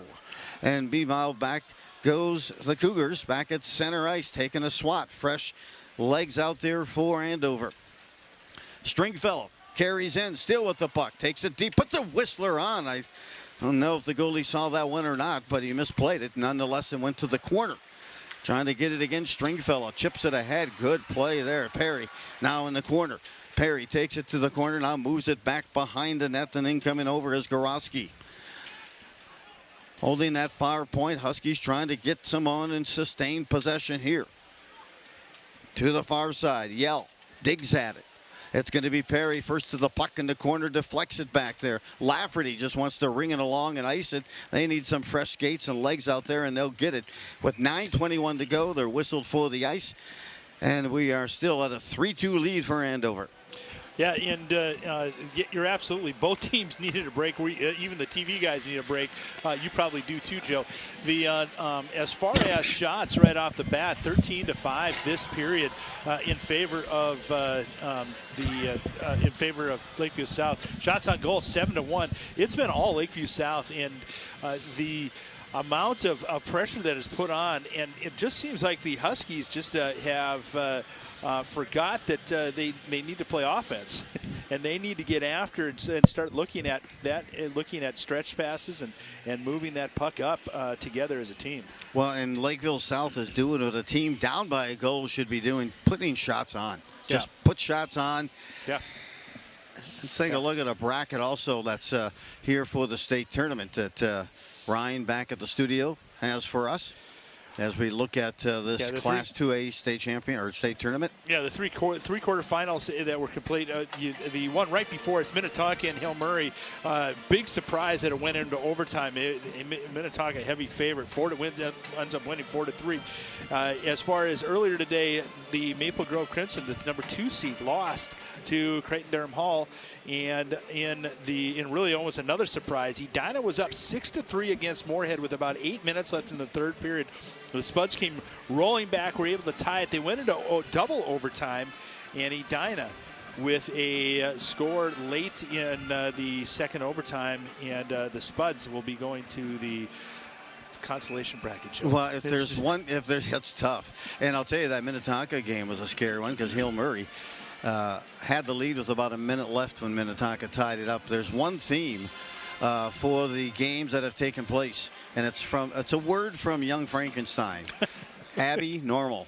It's been abnormal in this. Just nothing has gone as you would think it would, including that Edina Spuds game.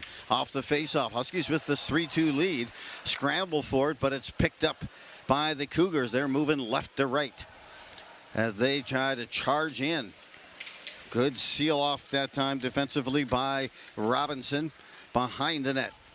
Still that first line back out there after this TV timeout for both squads, and Willis tries to send the puck behind, giving chase now, and Patterson is the one moving up after Winger, who was second on the team in scoring, and Pritchard was benched due to an injury, unable to make it. Now Huskies off the board, get it across the blue line, but again the Cougars just pounce it right back in, and there is May Robinson now with it. May moves it up, deflected at center ice, and tried to bring it back in that time, and now it's lofted high in the air, and they wave off the ice. Well, I tell you what, Ashton Dobbs, number 22, outstanding player, really good player for the.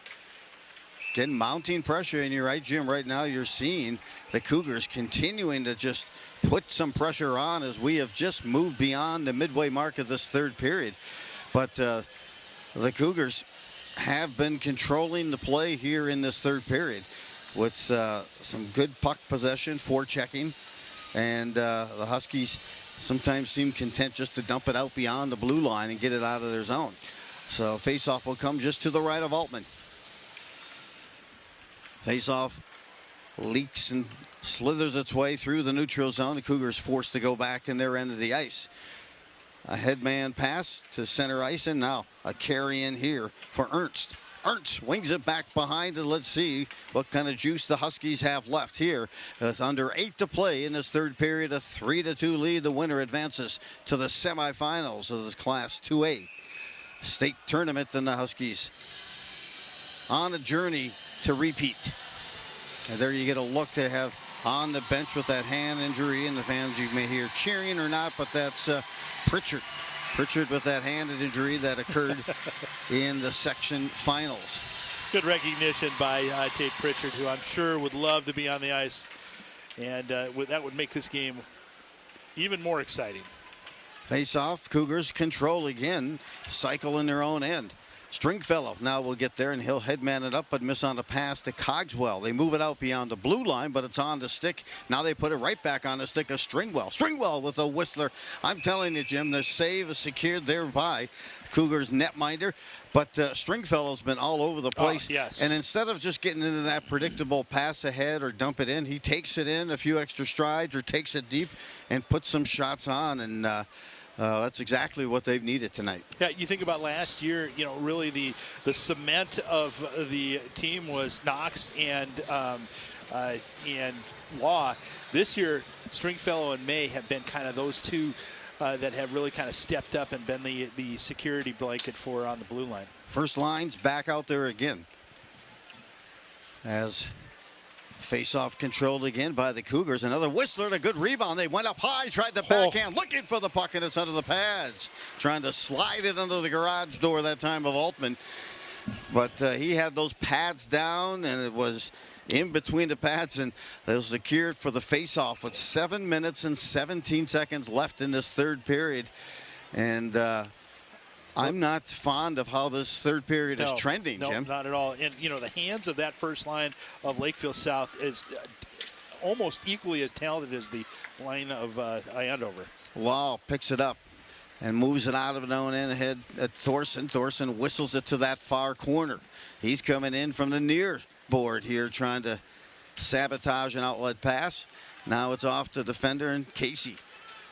Tried to put a check on, but it's back behind, and the Huskies will start out from their own end again. Pass here, broken stick on Thorson, back the other way quickly. They're going to try to capitalize. They had the numbers, but the deflected shot that time by the defender in front was really a big play as it went into the netting. Thorson was running back, Jim, to go get his stick. Yeah, and again, I think that was Chance Pardo, who they just didn't have any patience. You know, Lakeview South could have really made a nice opportunity there. Pardo again with that big reach. Face-off controlled again to Cougars. Far point. That's a shot that missed the net. Andover moves out. Here comes Yale on a pass ahead. Just misses on that pass. Trying to just nudge it ahead without an ice, and they just miss connecting that time as he was trying to reach Perry on that pass.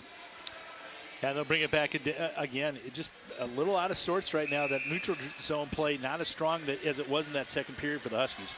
And keep in mind the Huskies are without the services of KJ Sauer, who's a big freshman who's had an impact on the team as a freshman. They lost him early in that first period, helped out by a couple of the teammates. I don't want to speculate on that injury, nor have we heard. So they've had to reshift. Now in front, trying to get the loose change. A look here and a wave that time. Missing over the top was Cogswell as he couldn't settle a hopping puck. Now far point. Yes! Stringwell gets the shot. He's been in the zone, but we got a deflection, I think, by Cogswell. And a beautiful deflect tip. Huskies score their fourth goal of the night and take it back to a 2-goal lead. Yeah, that was done by Stringfellow, though. You're right. And a great deflection by Cogswell. But Stringfellow, again, not afraid to put this puck on the net. He gets it in, and Stringfellow with a nice deflection. Right out in front. Yeah. Hoping they wouldn't see that as a high stick, but they'll take a look at that to see if it is. But yeah, it looks like it's below the shoulders. Yep, it does. I think they'll keep that puck as a good eye-hand coordination. But look how Stringwell holds on. Stringfellow moves away from that incoming Cougar player to at least get that shot beyond him and not just settle for it. He got that wrister, snapped it. A couple of attempts there. They're going to check to see if it was tipped there. No, I don't think so. But the second time here it was. It came across by Cogswell. And see if they say that stick was high. I don't think it was. I think it's a legit goal, and I think it'll stay. And I would give the Huskies a 4-2 lead. 6:06 is what's remaining in this third period. But Stringfellow, I'll tell you, he's been such a catalyst tonight defensively. Yes. And moving the puck up the ice, getting the team, and getting some movement from the blue line and getting some good shots on. And that time it paid some big dividends. And if this puck will remain, I still think it will, as we'll find out here momentarily. And they were looking to see if that first stick up front was maybe the deflection that caused that puck to redirect. And the view behind the goal net looks like that might be a high stick. That looks like a little bit higher. That might be the stick of Babineau out front, but we're going to take a look, or they're going to certainly take as much time as they need. Yep. Yeah, and that's the great thing about this is in this, they're going to get it right. Last year, the Huskies had 2 goals taken away against Moorhead, and then Maple Grove had one taken away in the third period that ended up with a, on a hand pass by Finn Brink, one of the Mr. Hockey finalists this year. 6:06 to play in this third period. 3-2 lead for Andover. They're looking to see if they can get the official nod on if it's a goal or not, and if they're going to move it to a 4-2 lead. I just don't know. The angles just are. It's so close. I don't know how you can count against it. I mean, it's counted as a good goal. If they would have counted it as no goal, then he probably would have to stay with no goal.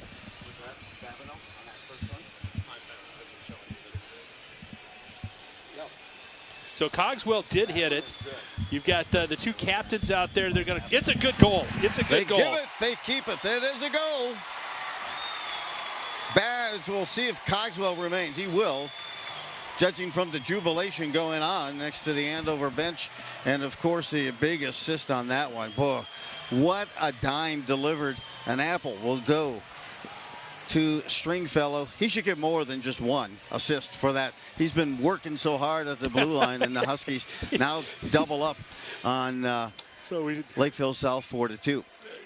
So 2 assists go to Stringfellow on that one.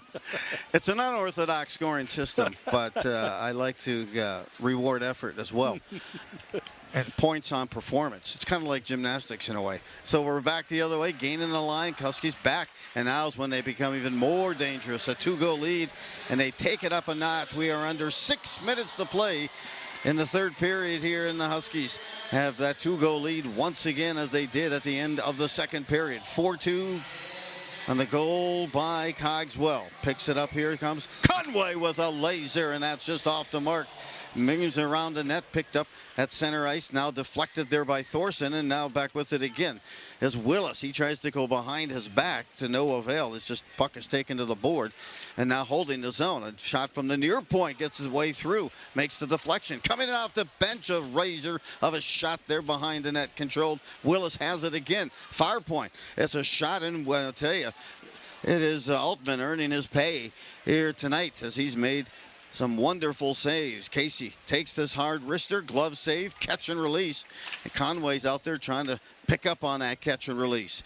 Into the corner, trying to hold the zone, unable to do so. Stringfellow dishes it out, puts a backhand in, but just gets it just beyond the blue line to Lafferty. Lafferty now carries in half of the face-off circle there, just behind it. It's deflected to the corner. Pardo collides in that corner, and it's picked up again by Andover, and trying to tie up there is Casey. Casey had it again, and now I can see he's trying to get to the bench, because that was one heck of a long shift. It certainly was. So Dahl and Stringfellow with the assists. 4 and change remaining in this third period. Huskies with that 4-2 lead.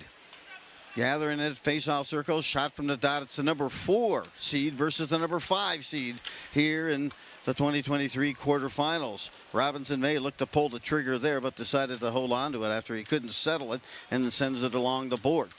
Now bringing it up from behind his own, trying to work his way through his Doms. Loses it there off the half wall, drops a pass back to the Huskies and feeds a cutting Babineau there. Babineau's shot controlled, and now it's Dahl, who has it, high slap. Thorson has it, looking for an avenue there. Now puts a puck right near the front of the net, trying to redirect, and it'll be an ice whistled here on the Cougars with 3:27 to go and a 4-2 lead. And you could see Thorson just on that last transition, so meticulous with this puck. He's just not going to put it on net. He was looking for a spot where he could get his teammate to make a tip. It makes it so much more difficult on the goalie. Yeah, and Babineau was right up there. He had a stick down on the ice, and it looked like it might have hit the skate of the defender. That would have been a huge goal up here with 3:27 left. As we hit the TV timeout, so the Huskies, if they win, will play tomorrow night. We didn't get a chance to finish the bracket, but if they win tomorrow, they will be on the same 8:30 scheduled game. Well, it's 8 o'clock in the book. It'll be 8:30 before it starts. Tonight, a delay in the start. As we mentioned, it was Hill Murray who was a minute away from advancing to the semifinals and setting up a rematch of last year's semifinals. But Minnetonka tied it up and then won it in the second overtime. And I believe 39 seconds left before the end of that overtime, and it was a win for Minnetonka, so a chance for these two teams to meet up again. The two teams met up second game of the season, Jim, and it was a 4-1 win for Minnetonka in that battle. Yeah, the Minnetonka outshot the Huskies and obviously outscored. Ben Dahl with the only score. They went up 1-0 and then like you mentioned, 4 unanswered goals. Cal Conway was in net for the Huskies. So if Bo Altman's still in there tomorrow, which we anticipate, it'll be a fresh deal. Minnetonka is good, and they're big. They've only got 2 losses this year, and they have some really strong skaters with size.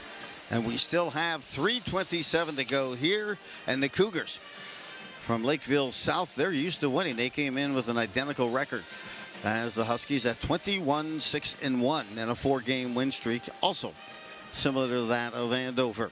So the face-off comes, 3:27 left in the Cougars' end of the ice, just to the right of the goal. Both first lines are out there. We'll keep an eye on the Cougars' goalie, see when they decide they want to pull him for an extra attacker. Huskies win the face-off. Thorson sends it back behind the net as the Huskies try to converge and get a score, holding the zone, but then trying to send it back in and hitting Thorson on that entry pass back in. Now it's to Thorson, and Thorson was indeed off by about a full stride before whistling for the offside as Casey trying to connect with him.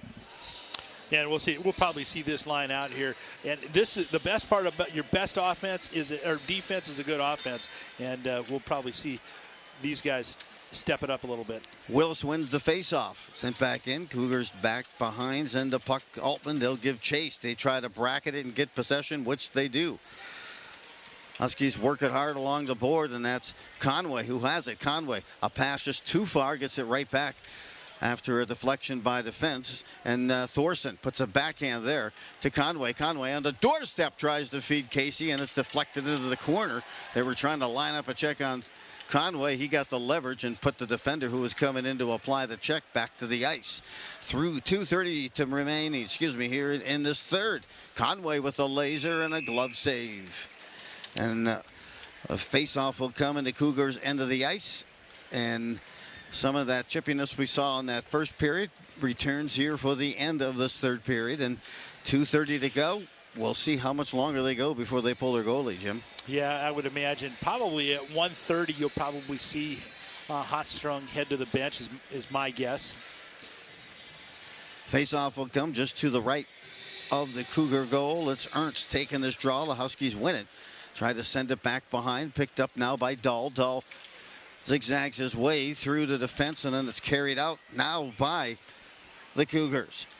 Top of the shot, face-off circle, using the defender as a screen. A nice save there by Altman. Puck dropped out in front, and he could guide it to one of his teammates.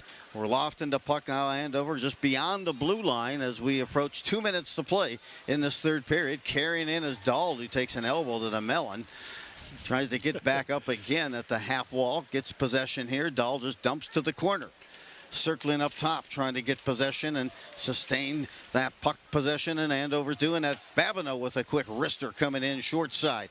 Missing. Digging it out and back is Cogswell. And out in front now, direct to the corner. Casey's back out there on the ice again. 1 minute, 40 seconds to go as we're nearing 90 seconds, at which time, Jim, you said they would pull their goalie, but the Huskies are applying so much pressure. Cougars cannot pull the goalie. Here comes Thorson in. A one-time shot. That is your dagger goal. Connecting is Conway on a beautiful drop pass that time by Thorson. And Conway continues his scoring way. And the Huskies, as well, now have a 5-2 lead and will advance to the semifinals tomorrow night. What a great pass from Thorson. That's his 4th point tonight. He's got two goals, 2 assists, and basically no look, mental arc lemon right onto the stick of Conway. Conway, he's such a good finisher. He just buried it. Goal number 48 for Conway on the season, and I'll tell you just that the goal farmer that he's become here late in the season, just, I want to say his 27th goal in the last 12 games for Cooper Conway. But of course, a lot of that goes to the help as well with Caden Casey along with Thorson, and they're going to review this as well. I think they're going to see if it's offsides. I think that's the one thing they're probably checking right now. And I did not see that it was, but we'll take another look. 1:27 left in this third period as we are late into the Thursday evening, approaching close. Friday morning. It is close. I don't know.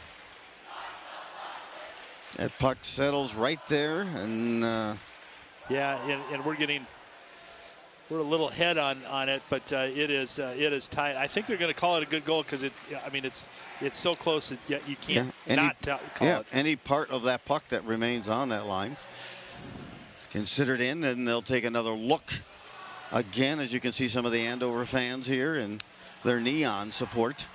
The road crew. That's what it is, huh? No, it's neon, I guess. Okay. I don't know. The super fans, I will tell you, the Andover super fans, and every year there are 3 that are nominated and put into creating the fan section and the themes. They do such a great job. It's so much fun the last 3-4 years to be able to watch that. You can see right there. Yeah, he looks like I don't know. Rested there. We will see what they decide, and I'm glad they're the ones who have to make that decision. Although, even if the goal is discredited, the Huskies would still have the 2-goal lead with 1:27 left. No goal. It's wiped off. Yep. It was close. So disregard any of the previous syllables on the goal, and we'll go back to a 4-2 when they're going to put a few more seconds up on the clock now with 1:35 to go. Huskies are still doubled up on Lakeville South here, 4-2. Yeah, but the good part is you just rested your top line, so they've got 95 ticks left that they can skate it off. Face off just outside the Cougar blue line. The Huskies win and carry it in. Here's Thorson once again. Thorson with a missile on the follow-up, and Thorson gets the rebound off the end board and puts this nicely in the sock drawer, tapping it and positioning it behind the Cougar goalie. On the initial hard wrister, the rebound. And that's a hat trick for Thorson. We've got 1 hat on the ice right now. We'll see if anybody else puts it on. But boy, that was a great job. Just individual effort by Thorson. Gets his own rebound and puts it in a real tight angle. Got the rebound, and he put it in that, tucked it in the bottom drawer of the sock drawer, and the big goal there for Thorson. A hat trick, as you mentioned, Jim, on the night. And Thorson now with goals number 36, 37, and 38 on the season, and add a dime as well to his work tonight. 5-2 lead here for Andover. 1:10 remaining in this third period, and they will be advancing. Now we can say it again. I'm pretty confident at this point for the semifinals as the Cougars apply some pressure. Lafferty holds the zone there for the Cougars, and now it's bumped up the head by Sullivan, and Sullivan and sending it back into the corner there by Westman. Westman once again, and there's trying to dig it out as they announce the goal and get the assist. There's a breakout pass and a whistle. And we got a penalty coming up on a trip. Going to Lakeville South, it's 43 seconds left. It's just kind of icing on the cake for Lakeville South late in this game. Casey, I'm sure, picked up an assist on that goal. I didn't hear if there were any others, but probably Thorson from Casey. As of right now, it's unassisted. Gotcha. See, I'm just throwing out these assists. Maybe we give Stringfellow another one. You know, now I'm just giving people verbal trophies. So we're set up here, face-off, controlled by Andover. Far point, little tic-tac-toe combination, loose change. Stearns fires, unable to convert there over the Huskies. With 25 seconds left, they are on the power play. And 20 seconds will be when they finally bring it up ice. And bracket. It will be a 5-2 win for Andover this evening, and they advance to the semifinals, and the number 4 seed will play the number 1 seed, Minnetonka.